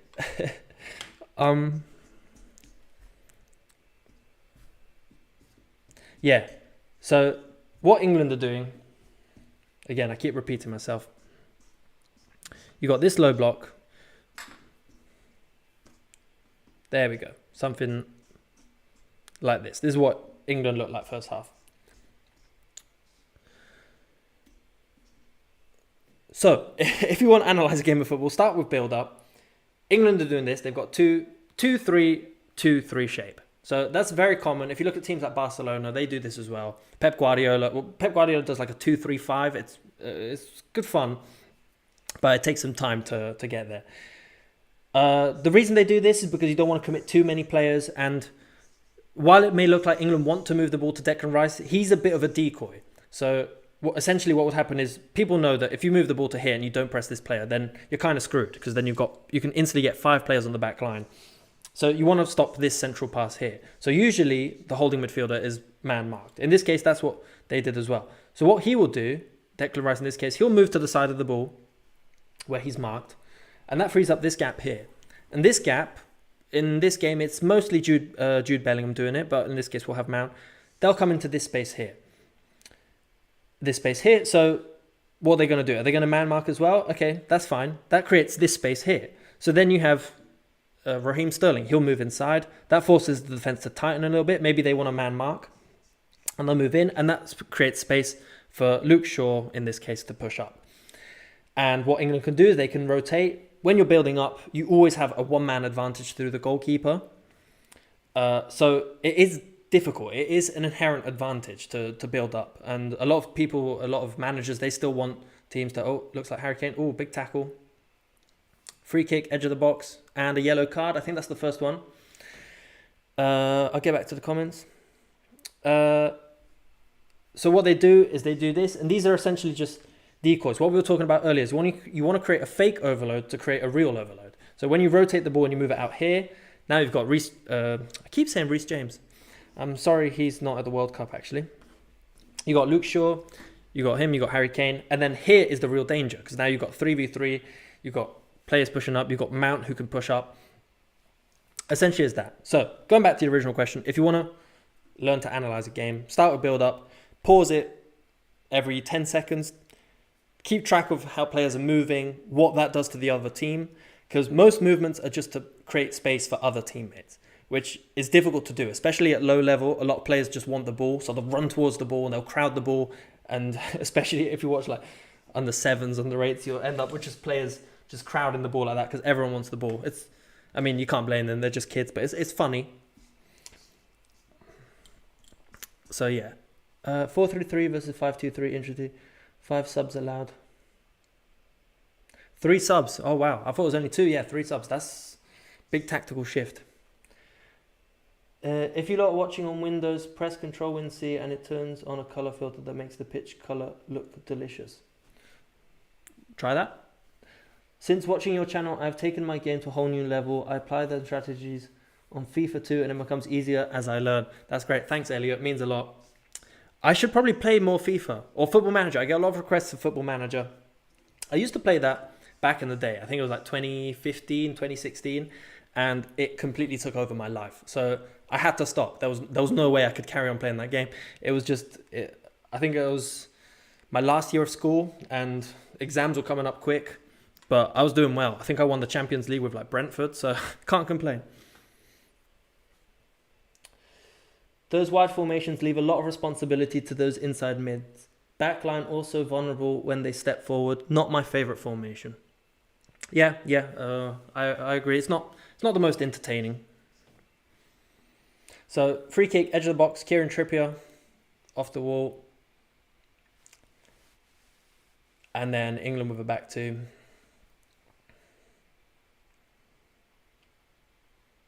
Good ball forward from Luke Shaw. See, yeah, there it is again. What I was talking to my friend Ade about earlier. Raheem Sterling just seems a bit predictable, even at this level. He's definitely good, but I think Saka offers more.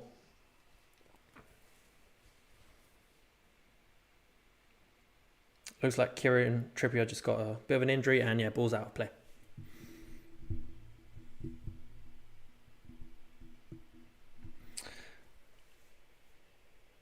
Hello, Seshadri. I'm sorry for butchering everyone's names. What defensive mistakes are Iran making? So I wouldn't necessarily call them mistakes. I think England are playing well. But if I have one criticism, let's take the first goal from the first half. What we had, it was a 5-3 situation, I'm pretty sure. You had him out wide. You had Mason Mount in this position.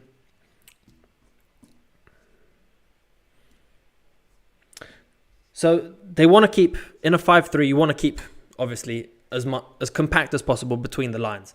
But what they were doing is they were getting drawn in, so there was a lot of space between the defence and the midfield, which if you do that, then it gets tricky, because then defenders have to step out of position.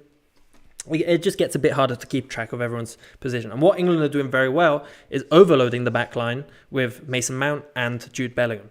So for the first goal, when we're looking at mistakes, again, not really a mistake, but it's just you're following what's the best solution, and then England do well. Mason Mount picks up the ball between the lines. He forces the midfielder to step out, which in turn means the defenders have to tighten their shape a little bit. Because if you don't tighten your shape, say when he lays it off, then there's a dangerous ball into this place, which could instantly create a dangerous opportunity. So you want to tighten your shape and force play out wide. In this case, it goes out wide to Raheem Sterling, who picks out Jude Bellingham on the second post. So I think the main mistake here is, firstly, too aggressive following up, and then too much space between the lines here. Are you going to upload the video after the live? I think I am. I think I'll try and do highlights, pick out some interesting things that we've talked about today, and see if it does well, if it can be interesting for other people. Hopefully bring new eyes to the channel, you never know. Jude is our best player. Yeah, he's good. He's good, and so young as well. There he goes again. He just dribbles past effortlessly. He's tall, he's quick. He's a great player. Another corner. Anything can happen from corners. What position did you play in football? When I played football, I was a winger. Mostly left winger. I like having the ball at my feet, so I try and cut inside quite a lot. But I stopped playing 11-a-side when I was about 15, 16. I loved it, but I just didn't have the time for it anymore. So I stopped playing 11-a-side and then started playing futsal, which I still play to this day. I think it's great fun. And I've got the ball at my feet a lot more, which is a lot more entertaining for me as well. Jude is our best player, yeah. Will we see more of a 2-3-5 in attack by strong teams this World Cup? I doubt it. Well, we could. Someone like Spain could do it because a lot of players are familiar with that system as well. 2-3-5 is very aggressive, and you don't tend to see, again, Harry Maguire, the target from corners. Every corner just goes to him. You don't tend to see that many aggressive systems during the World Cup because, as we mentioned earlier, you just don't want to concede. That's the main thing. If you don't concede and you get a lucky goal from a corner or a counter attack, then your chances of going further in the competition are a lot higher. So a 2-3-5 while it is good, we can take a look at the basic structure here if you want. You usually have, well, yeah, it's interesting. Let's do it as Pep Guardiola would do it. So you have the two fullbacks. You've got the two centre backs, two fullbacks here, and then you got the front five of, who would it be? Either Jack Grealish or Phil Foden on the fly. You've got Erling Haaland. Don't look at the numbers in this case. You got Mahrez out wide. Wow, let me just move these out of the way as well. Well, I've gone for a back seven. Happens sometimes, you know.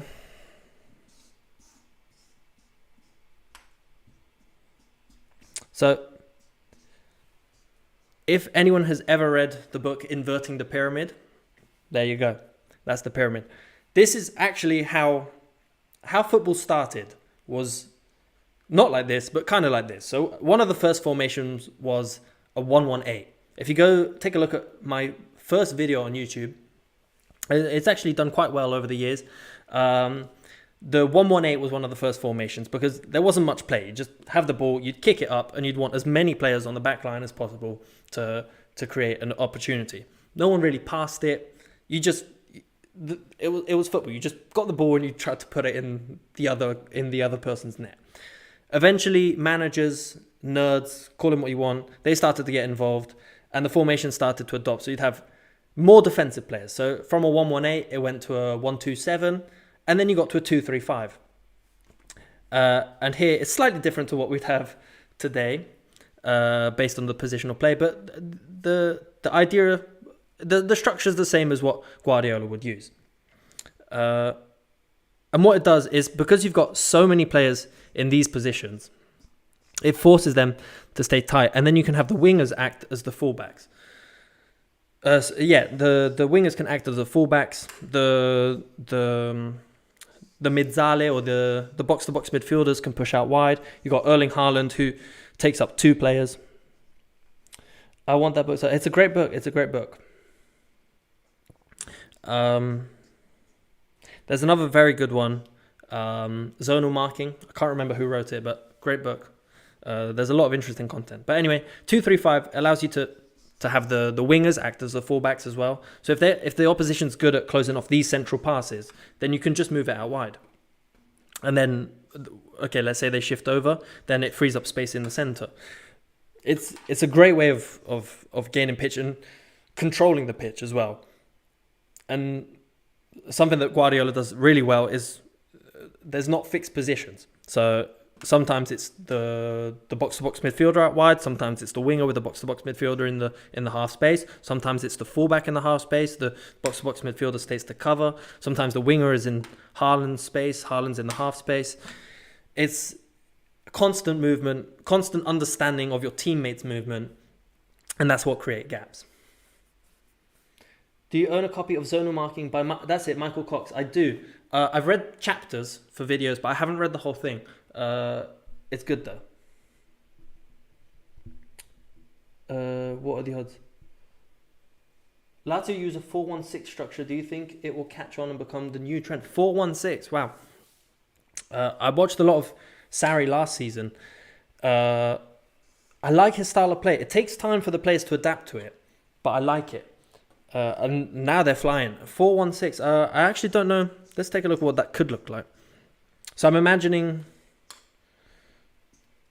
4-1-6. Hang on, wait, that's too many players.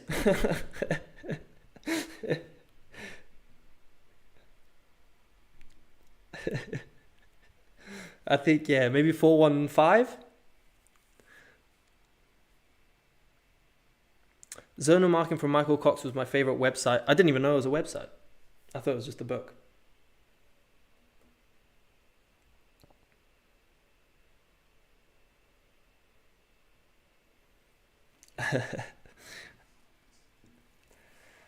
Okay, just realised I haven't actually watched the game in about 5 minutes, which probably should. So front two for Iran, front three. Yeah, so Declan Rice is basically being marked out of the game, which is fine for England. It might mean Declan Rice isn't enjoying it as much because obviously everyone wants to get on the ball as much as possible. But that's fine. Having Declan Rice completely it removes, let's say it removes a player for England, but it removes a player for you as well. So man marking is like a double-edged sword. Sure, it can get rid of a dangerous player, but it just frees up more space for other players, in this case Mason Mount, in this case Jude Bellingham, to drop into these spaces and pick up the ball. And man marking is tiring. Eventually, Declan Rice will find space. He's a good player. He's learned a lot from Yaya Toure, as I watched from a recent video. I think it was on Sky Sports. What player Yaya Toure was as well, huh?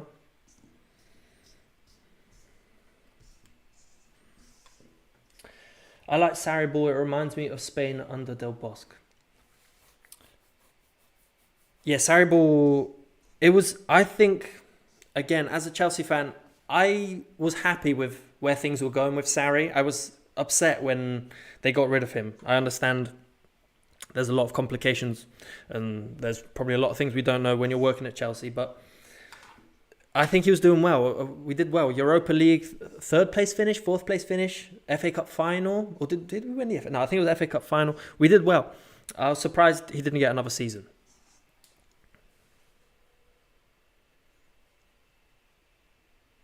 Here we go. Okay, next time I'll try and sort my stream out because you guys are spoiling it. I think, yeah, not the best, but 4-0 looks like it. My boy's man, Saka, star boy. Oh, that's a great goal. That is a great goal. See, that's what we were talking about earlier, Ade. He's unpredictable. No one knows where he's going to go. Is he going to go right? Is he going to go left?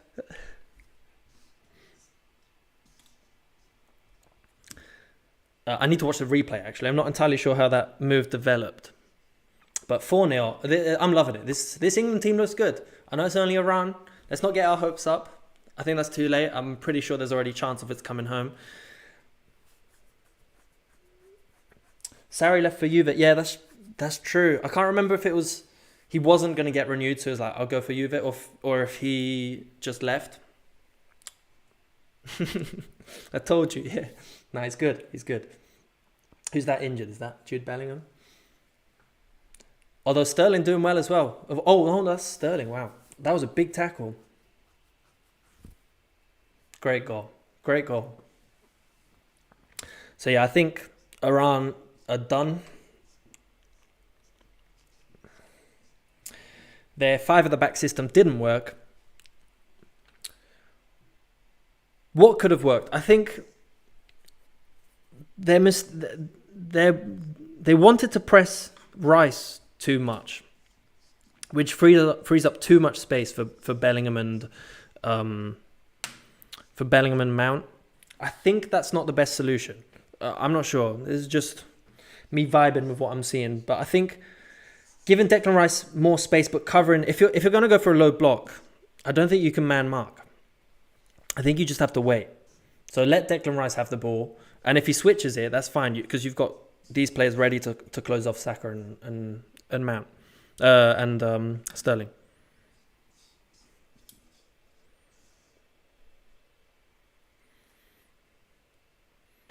Him and Martinelli are carbon copies of each other on different wings. Yeah, Martinelli's good as well. Saka is... I think Saka's more... As a neutral, Saka's more exciting to watch than Martinelli. Even last season, when you guys were still struggling to put everything together, I think Saka was more reliable in the wins that you got. I'm liking Odegaard as well.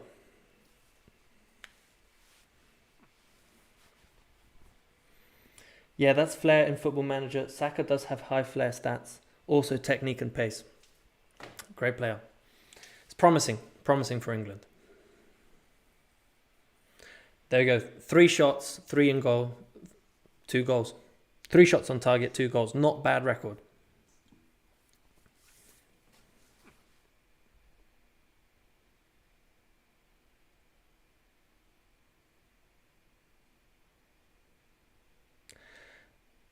I think, yeah, Iran, they've definitely committed a few more players to the attack second half, but they're just a bit too static. There's not much movement. Oh, fair enough. As I was saying that, they got an equaliser. So England just, sat back on their box. They maybe left the defense a bit too isolated. There you go. Okay, that's not bad. A goal. I would have liked a clean sheet. But what I was saying was they looked a bit too static on the line. But there's definitely a lot of space. Yeah, Harry Maguire's maybe a couple steps too far back in that scenario. And then, yeah, he's slow to react. Yeah, that was bad from... So that's something you see at low level as well. I'm not calling Harry Maguire a low-level defender, but it's something they do a lot. Is they go on the intention of a pass, not the actual pass. So a good rule of thumb, especially when you get to higher levels, then you can start to anticipate movement because you can rely on players a bit more. There's different spaces.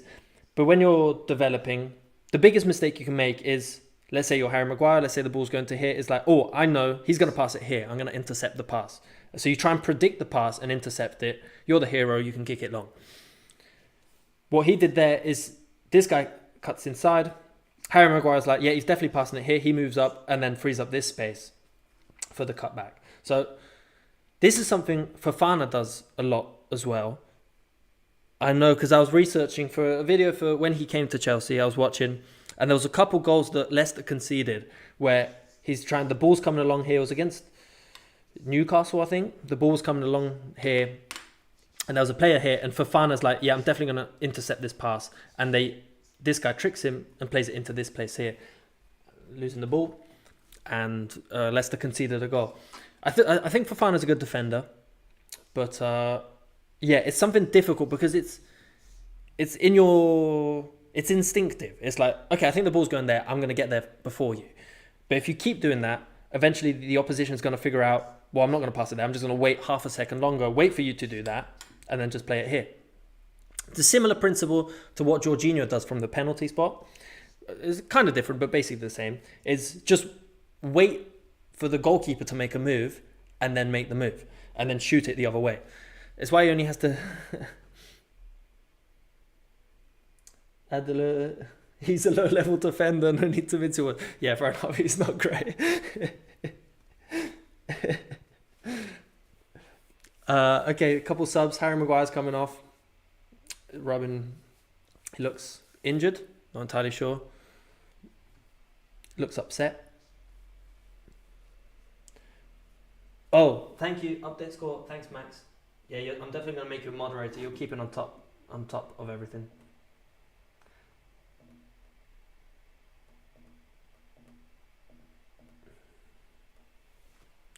Could you please comment on what makes a team better than other teams? Other than technical ability, most other factors can be bridged, right? Teamwork, understanding how your players move, like working for your teammate, is definitely something that makes a team better, especially at low level. In the Premier League, okay, yeah, technical ability. Well, actually, the higher you get, less technical ability makes the difference. It is more off-the-ball movement and understanding space and when to attack it. But essentially, working for your teammate, I'd say, is the best way of improving as a team. And so knowing, for example, there's one video I made, tactical tips to improve your game. Again, check it out. Subscribe, a reminder if you haven't yet. Thank you. One thing good players do, something like Modric does really well, is say he wants the ball, but a teammate is in a better position. This is a good example. Say Modric wants the ball, but his teammate has more space behind him and he's being man-marked. What he can do is he'll move out the way and free up the space to pick up a teammate in a better position. So that's something... especially in lower leagues, something they struggle with a lot is, again, everyone just wants the ball, so they'll make a run, and they're not considering a teammate might be in a better position. They just want the ball, and it's like, okay, I'm in a good position here, not considering he's in a better position here. So they'll go here, and they'll maybe block the passing route to the teammate. Maguire got brain... Oh my God, no, I can't say that. His head get... Do you think the key to England doing well in-game is in-game adjustments? Southgate's initial plan is good, but against higher level teams, he struggles. Example, Italy. Yeah, if you take a look at the European final, I think England, it was kind of like a blessing in this, or not a blessing in disguise, but scoring that early on made it very difficult for England, because against any team, if you have to defend a 1-0 lead in a final where it's a final, the other team, Italy, there's not the best Italian team in history, but it's a decent Italian team, you're going to struggle.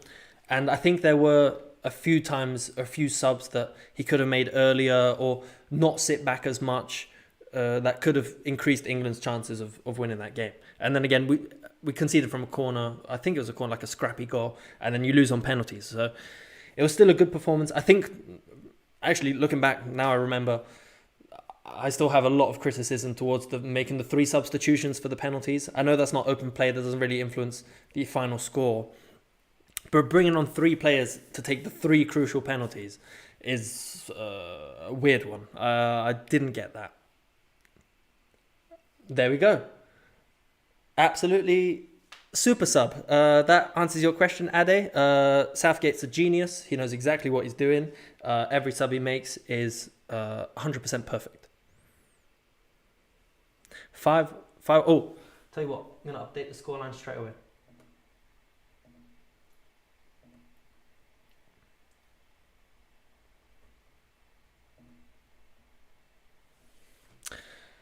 (5-1), bro. Super sub. Great impact. Great dribbling.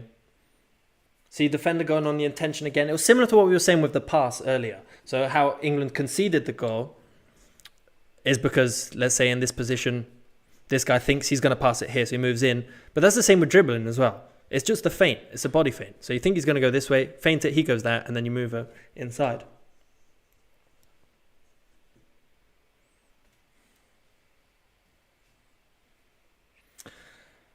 Fair enough. I didn't expect a 5-1 scoreline. I thought it was going to be a low scoring match. I was thinking maybe 1-0, 2-1. But England have been fantastic. This is definitely a statement win.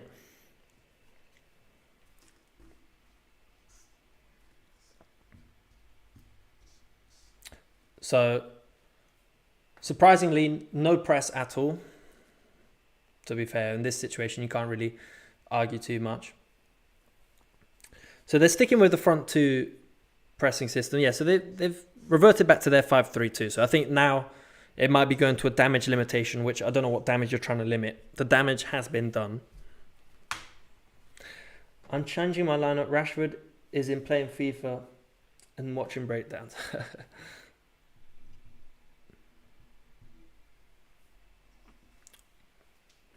So there it is again. Look, so player constantly on Declan Rice. They just don't want Declan Rice on the ball. Moving in.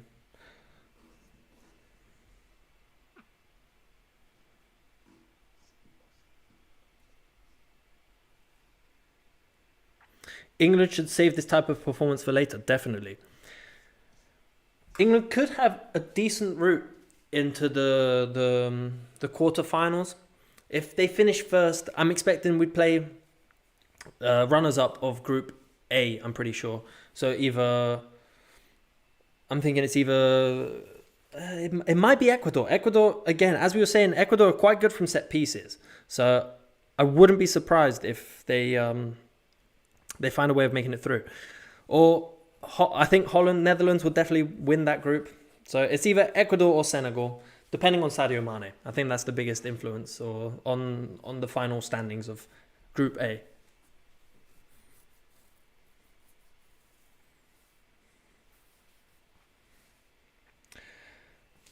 Let's see what they can do with USA. What do you guys think England-USA scoreline will be on Friday? Again, USA are definitely growing as a soccer nation. They're improving.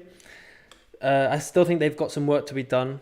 I think it doesn't help the MLS, even though they're investing a lot. Ecuador could be tricky. I agree. They're not an easy team to break down, and Enner Valencia is a fantastic player.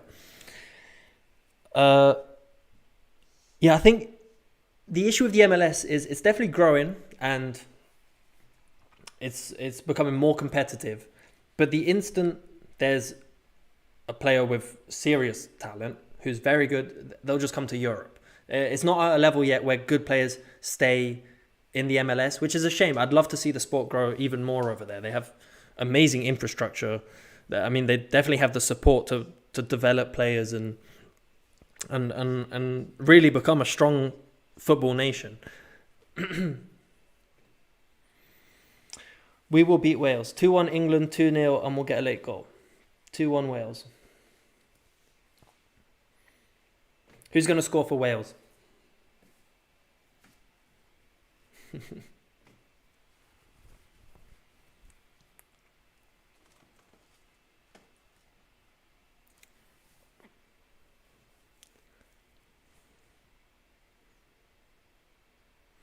Ecuador team is full of Colombians. Is that a good thing? I mean, Colombia has a decent team as well. So again, 5-3-2. Maybe looking to up the tempo a little bit. Trying to look. So this is essentially what England do well, is they hold on to the ball for a while. They draw the opposition out. So this is what they're doing now. They're forcing them to come up. And as they come up, it just frees up this space. And this space is the most dangerous. And Iran, I think their mentality is still defensive first. So their backline, they're in now. Good counter-attack. I do like Taremi. He's a great player.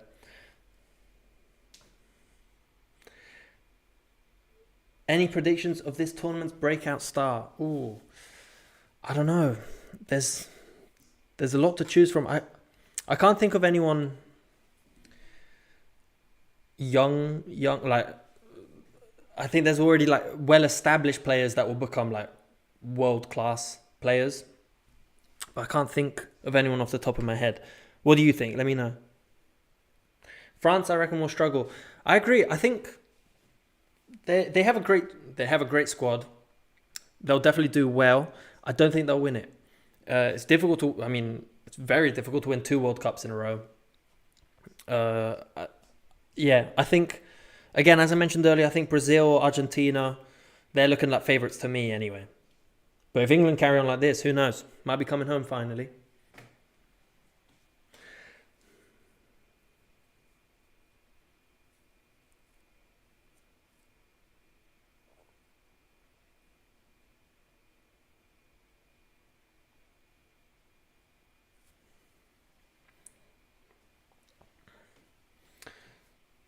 So with Iran trying to get onto the ball, it's just luring the midfield a bit further up. And they're still adopting the low block, but it just frees up more space in here.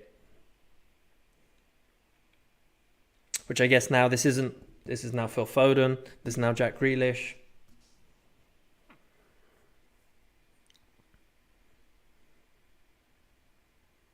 You got Callum Wilson up top as well.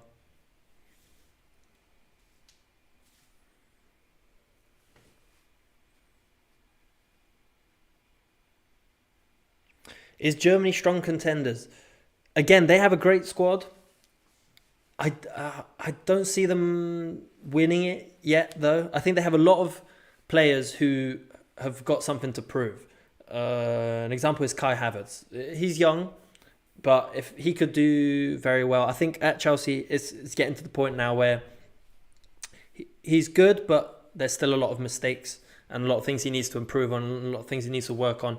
And the World Cup it can definitely be a confidence booster for a player like him, because he's got a lot of development and he's got a lot of years ahead of him playing football. He can become a great player, and he could definitely help Germany do well. And they've got some of the best players in over the recent years as well. Have you noticed a lot of defenders don't drive into the space or commit to dribbles as much? I play high step 7 football in England and is more common where I play. That was something Brentford did really well. They'd have the overlapping centre-backs. So they'd play with a back 3, and then with the wing-backs pushing up, you'd have the centre-backs pushing up and creating like really big overloads out wide.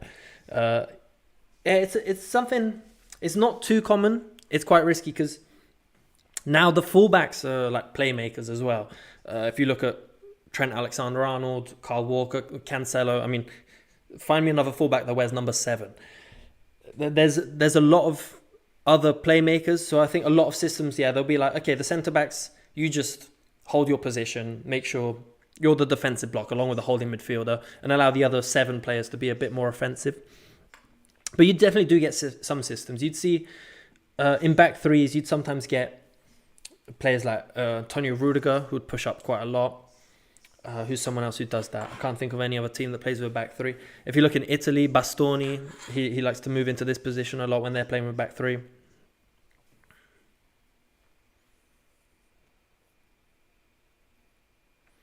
Germany, so many of their starters are for Bayern, which is good chemistry. That's true. That's definitely true. I think that's one good thing for England, is that they all play in the Premier League, except Jude Bellingham. Although they play for rival teams, they all play in the same league. So they all have the same tempo, they all have the same aggression, the same ideas. Obviously, tactical ideas change, but if you play in the same league, you have a certain mentality of that league. And I think that can definitely help. I remember Lampard and Gerrard saying that one of the main reasons is there was so much rivalry between Liverpool, Man United and Chelsea in 2006, 2002. Those periods, and maybe not 2002, but 2006, 2010, that it made it difficult when these players had to play together to gel, because they were still stuck in their mind of we're rivals, we're bitter rivals, we can't play together. And I think that's why that decade of England was not as successful as maybe a lot of people hoped.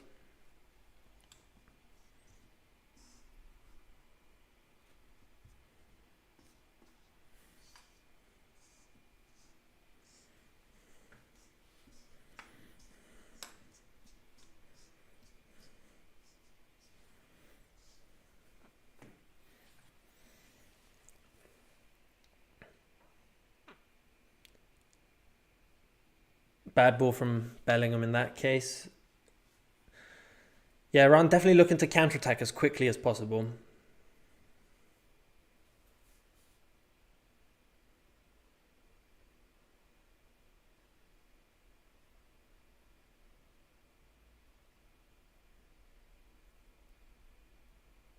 Wasn't this the Panama-England scoreline? I think that was 6. I can't remember if it was 6-1 or 5-1. But yeah, it was definitely a lot. Definitely missed Klose. Klose was an unbelievable player.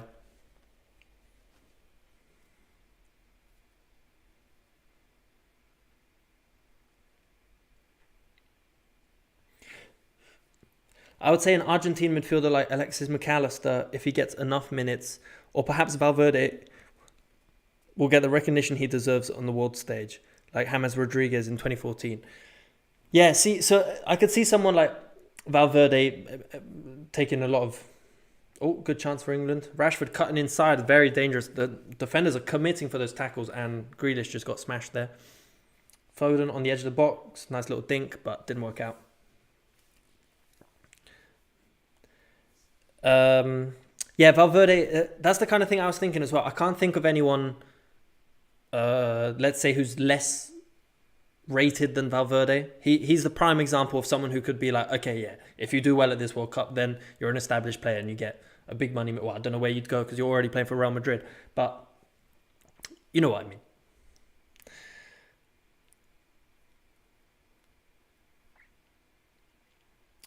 McAllister's probably a better example, actually, because he's very good. He's doing very well this season. And playing in that Argentine team, there's a lot of experience around him as well. So it's the perfect breeding ground to become something special. Rashford is an impact sub. He definitely is. He's quick. England have a lot of quick players. I like the choice that Southgate's gone with. That there's a more attacking start to the competition than we've seen in previous years. And we have a lot of quick dynamic players from the bench that can come on and make important changes to the tactics as well. That's something that he didn't do in the previous competitions, and I think that frustrated a lot of fans. It was way too defensive. We had some of the best defensive players in Europe, yet we played with 3 centre-backs, and it just didn't make sense. And then we'd have Harry Kane on corners. I can't remember. Yeah, it wasn't good.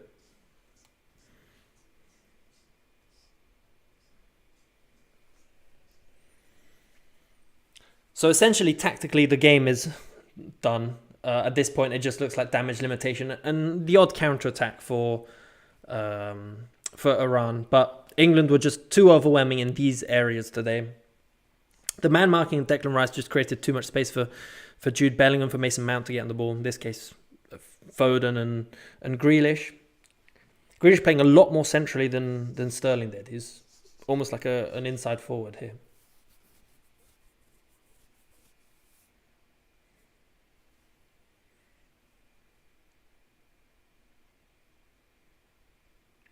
Is Lazio the best team overall currently? Hard to tell because they haven't had many international games. Yeah, I'd say what AY is saying. Napoli is unbelievable this season. Kvaratskhelia took me about 6 months to learn how to pronounce his name. Is so much fun to watch. Not sure if you guys watched the Napoli-Liverpool Champions League fixture, but he terrorized Trent for that whole half. I think Liverpool end up winning that game, but he's just an unbelievable player. He's so quick, so just confident on the ball. Like, he drives at defenders. He forces them to make a decision, and he just finds space. And I like Kvaratskhelia, I like Osimhen. I think Anguissa's a very good box-to-box midfielder.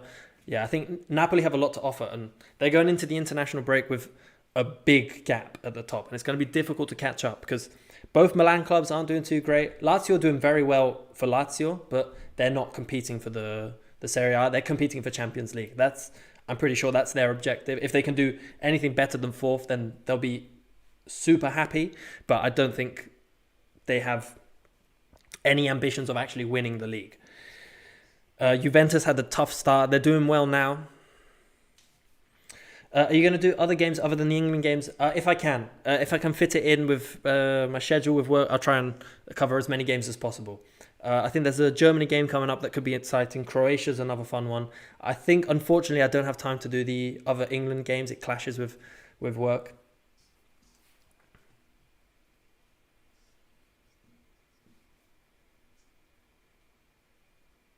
And Ndombele is made for Serie A, not got the legs for the Prem. Yeah, he's been very good for Napoli this season as well. I made a video on Napoli. If you guys haven't seen it, you should check it out. It takes a look at Kvaratskelia's positioning and Ndombele's position. Anguissa's slightly more, I guess it'd be on this side. You'd have Lobotka is the playmaker, I think, or is that the holding midfielder? The centre-back. Essentially, you got the playmaker, and then you got Anguissa that drops deep a lot, while Ndombele likes to push up a lot more. He gets into this space a lot more often. We talk about the half spaces a lot, and it's because if a team is good at exploiting the half spaces, then it can create so many opportunities. You got to do USA, England. Yeah, I'd love to. I'm going to find a way to fit it in because that's probably the biggest. That's definitely, I feel like, England's biggest game in the group. I feel like there's more hype around that game than England-Wales, even though you could kind of call England-Wales a derby. But I don't know, England-USA just feels like a bit more, I don't know. Yeah, it could be a bit more fun.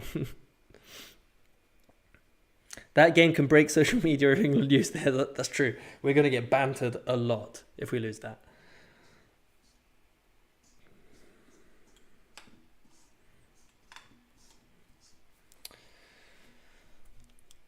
So just looking now, 70% possession for England.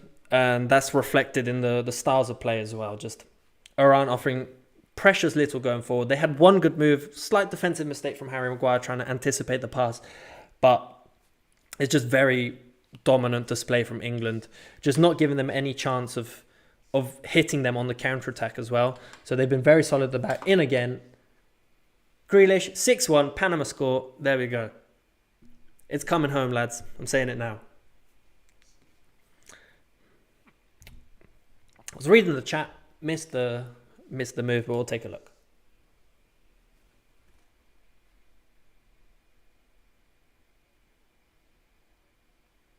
See, there it is again. That's what they've done the whole game. First half it was Harry Kane. This time it was Callum Wilson. You've got the England defenders. They draw the players in. They create space between the lines. Iran's midfielders are kind of sleeping a little bit. And then ignore the numbers now, they've changed. The striker drops off, the defense tightens, and it just frees up space on the flank to move in. And then once you're in this position, the defense has to rush back. They rush back too much. As you do, your first thing is you want to cover the goal. And then you've got Wilson, you've got, in this case, Grealish. And I can't remember who the other player was. Was it Bellingham? I can't remember who's come off. On the edge of the box. 6-1. Bellingham with 3 pre-assists and a goal. Yeah, he's had an unbelievable game. That is definitely a statement win from England. I didn't expect it to be this one-sided. Yeah, fair enough. Well played, England. Well played. Side attack with sleepy mids. Disaster. Yeah, that's right, Jose. The midfielders just didn't cover in time. They're just... but at this point, you can't even blame the midfielders. It's like you're losing 5-1. What's another goal going to do? Just try and get a goal. So they're trying to press a little bit higher up. But it's just, yeah, this drop into the midfield here, in this case, Callum Wilson, is just... It's too dangerous. The defence is just a bit too slow to react, a bit too keen to put pressure and cover these spaces, and just left too much space for England's wingers today.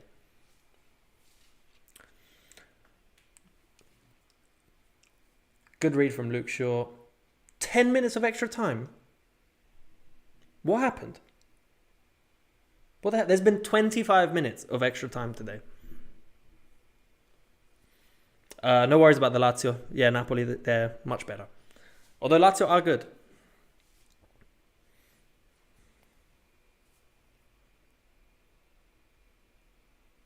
Savic, key for Lazio. He is good. There were rumours of him going to Man United last season for like 80 million. He's good. I don't know if he's worth that much. He's good for Napoli. He's good for Sarri. I think he's a bit slow at times. I might get some criticism for that, but it doesn't matter. It's just what I think. I think, yes, there's moments throughout the season, there's moments in games where he disappears. And then when he's doing well, the team does well. So that definitely tells you something about him. But there's definitely moments where the team need him and he's not up to par. And I think when there were rumours of him going to... 6-1. Thanks, Max. Fair enough. I'll update the score. Yeah, when there were rumours of him moving to Man United, I mean, I would have found it funny because I think that would have been a waste of money.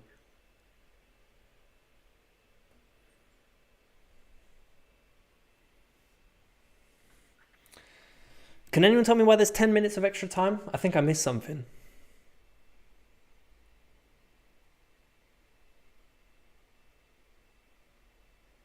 Yeah, wave the flag. Some things, it's like if you're losing 6-1, I think both teams will agree there's no need to play 10 minutes of extra time. Just let them get an early rest. Call it a day. Good ball. Yeah, Jude Bellingham has been all over the place today. What do you think the ceiling is for Bellingham? I don't know. Right now, after today's performance, there isn't one. He can do... I'd love to see him come back. I'd love to see him in the Prem.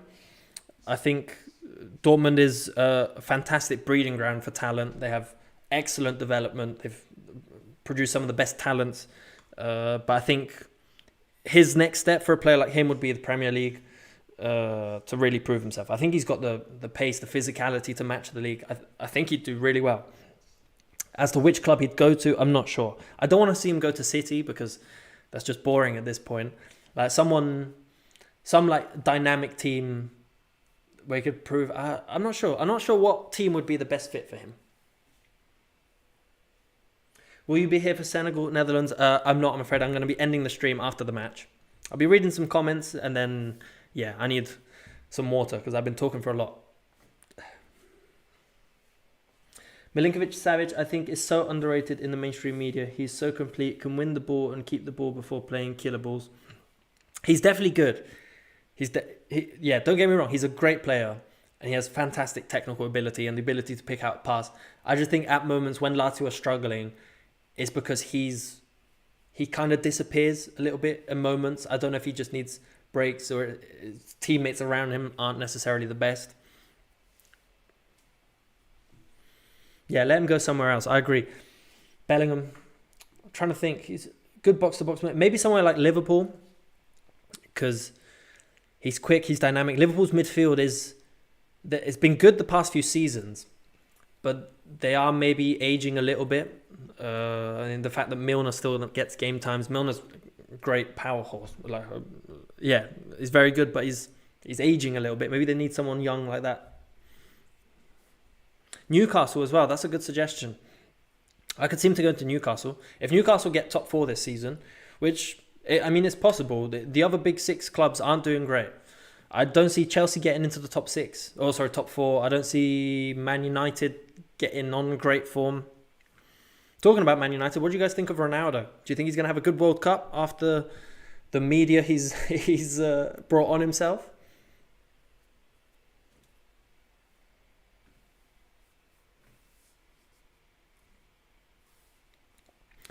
Isn't Madrid in for Bellingham as well as that nonsense? They could be. I'm not entirely sure. I'm not up to date on the latest transfer rumours, but I wouldn't be surprised if a team like Real Madrid wanted him.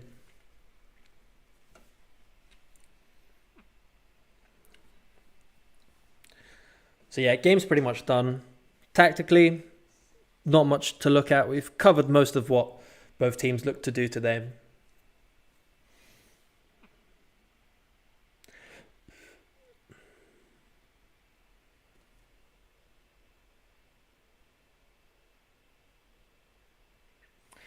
You know, when you're getting a FIFA coaching license, they teach you an official FIFA warm-up cooldown. A team's required to use it, and does your team use it? There's no strict guidelines, or there's no strict rule on what warm-up you have to do, but there is a specific warm-up that nearly every team does. It's essentially the same thing.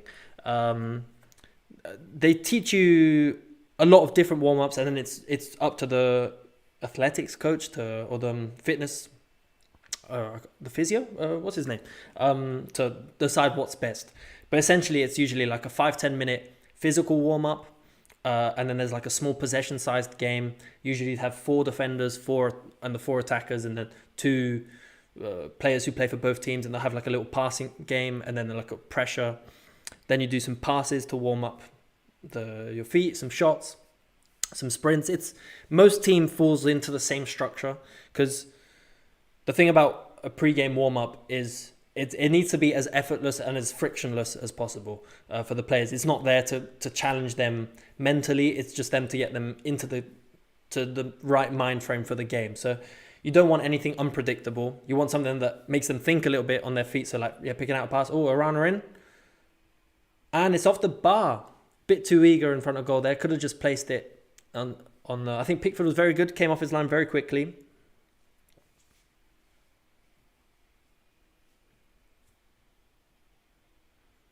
Was that a stop, actually? That was very good if he saved that.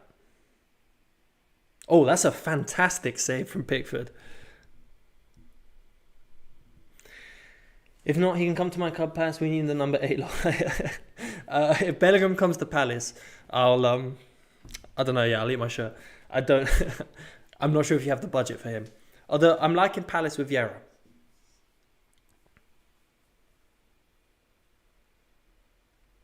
Ronaldo is a joke for doing what he did. I think it was a bit out of line. I agree. I think there were definitely other ways he could have handled it. Not with Piers Morgan, maybe. Who's just a fanboy. Can you please comment on what are the best ways, in your opinion, to improve tactical knowledge? Also, what does the path of performance analyst or a coach look like? Let me just take a look at this free kick. And then... So England are good from set pieces. They're also pretty good at defending set pieces as well. We don't concede too many goals. Having said that, there we go. Yeah.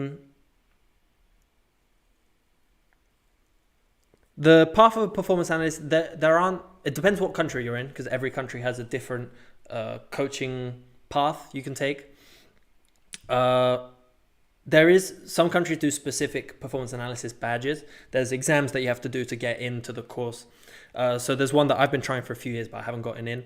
And it's 30 questions. There are about 300 candidates that try it, and there's only 40 places. And it's questions, essentially you watch one game of football twice, And then there's questions on what happened in that game of football. And then there's questions on general tactical knowledge, general statistical knowledge.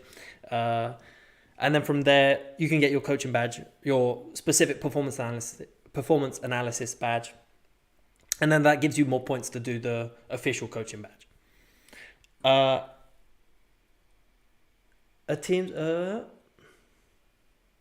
Also, what does the performance... essentially, for a coach, you can start coaching from... There's just a VAR check now. They just don't want to end this game. 10 minutes of extra time. It's 6-1. Let's just go home, lads. The path of a coach can look any way you want. I mean, there's coaches like Graham Potter that went to... I can't remember where, but has a very different coaching path compared to other managers. There's ex-footballers that become managers. But essentially, for anyone, you can just start coaching at low level as an assistant coach. There's lots of places that might accept you even without a coaching badge. And then just start your level 1, level 2, level 3 as early as possible, and just build up your badges as quickly and as quickly as possible. I don't see how that's a penalty, but fair enough.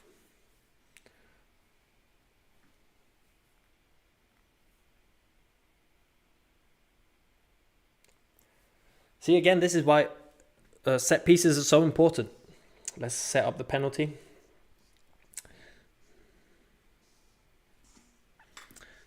VAR is going to have a big influence on the amount of goals scored from penalties, and all these little goals count. You never know. 6-1, 6-2, extra goal, less goal difference could make a difference. Yeah, I think Pickford's going to get it.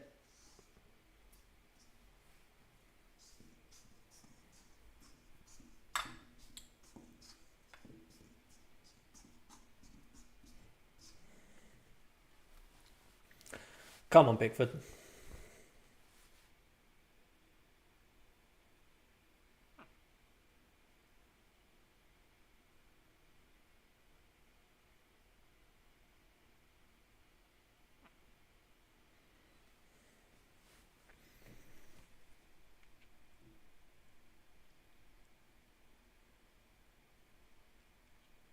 Taking a long time to take this penalty.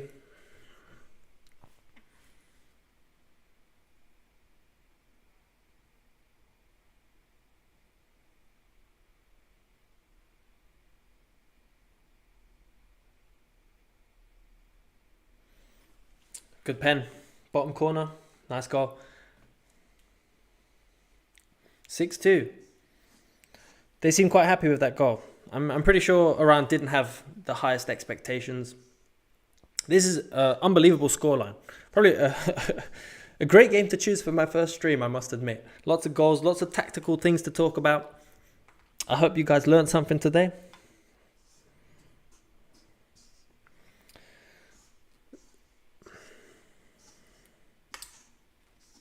Yeah, the numbers mean nothing at this point. Can we just end this game, please? And there we go. Perfect. What a result for England. 6-2.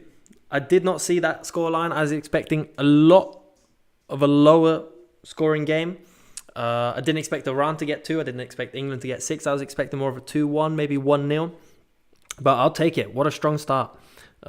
England looked quick, they looked dynamic, they were able to beat the low block relatively consistently. Iran tried their best to cover this space, but with players constantly dropping in, they had to worry about Kane, they had to worry about Bellingham, they had to worry about Mount. It just constantly made the defence tighten up, free up space on the flanks that mostly Sterling, but also, Sterling and Saka were able to exploit. And yeah, game over. Fantastic result, fantastic performance. And yeah, I think we'll call it quits on the stream. That was great fun. Thank you so much to everyone who watched and took part. What site did I use to watch? I used the TV, but it's the iPlayer app, so it was slightly behind because it was on the internet. So I'll try and watch it through the TV. I need to get a cable, so there's less delay. But yeah, thank you so much to everyone. That was really good fun. We'll definitely do it again soon.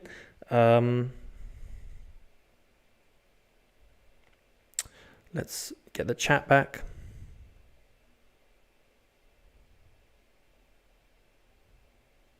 Yeah.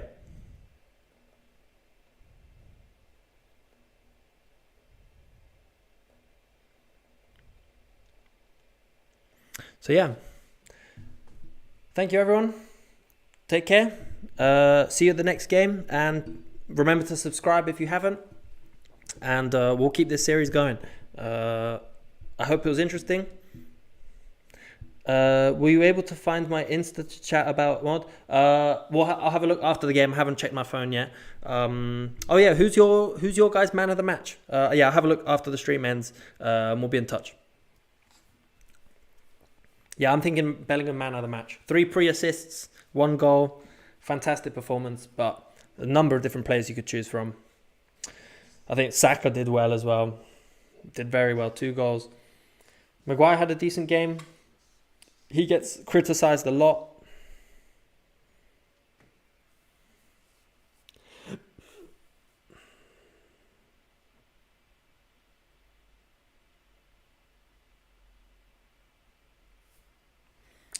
Perfect. Thanks, guys. Take care. See you soon.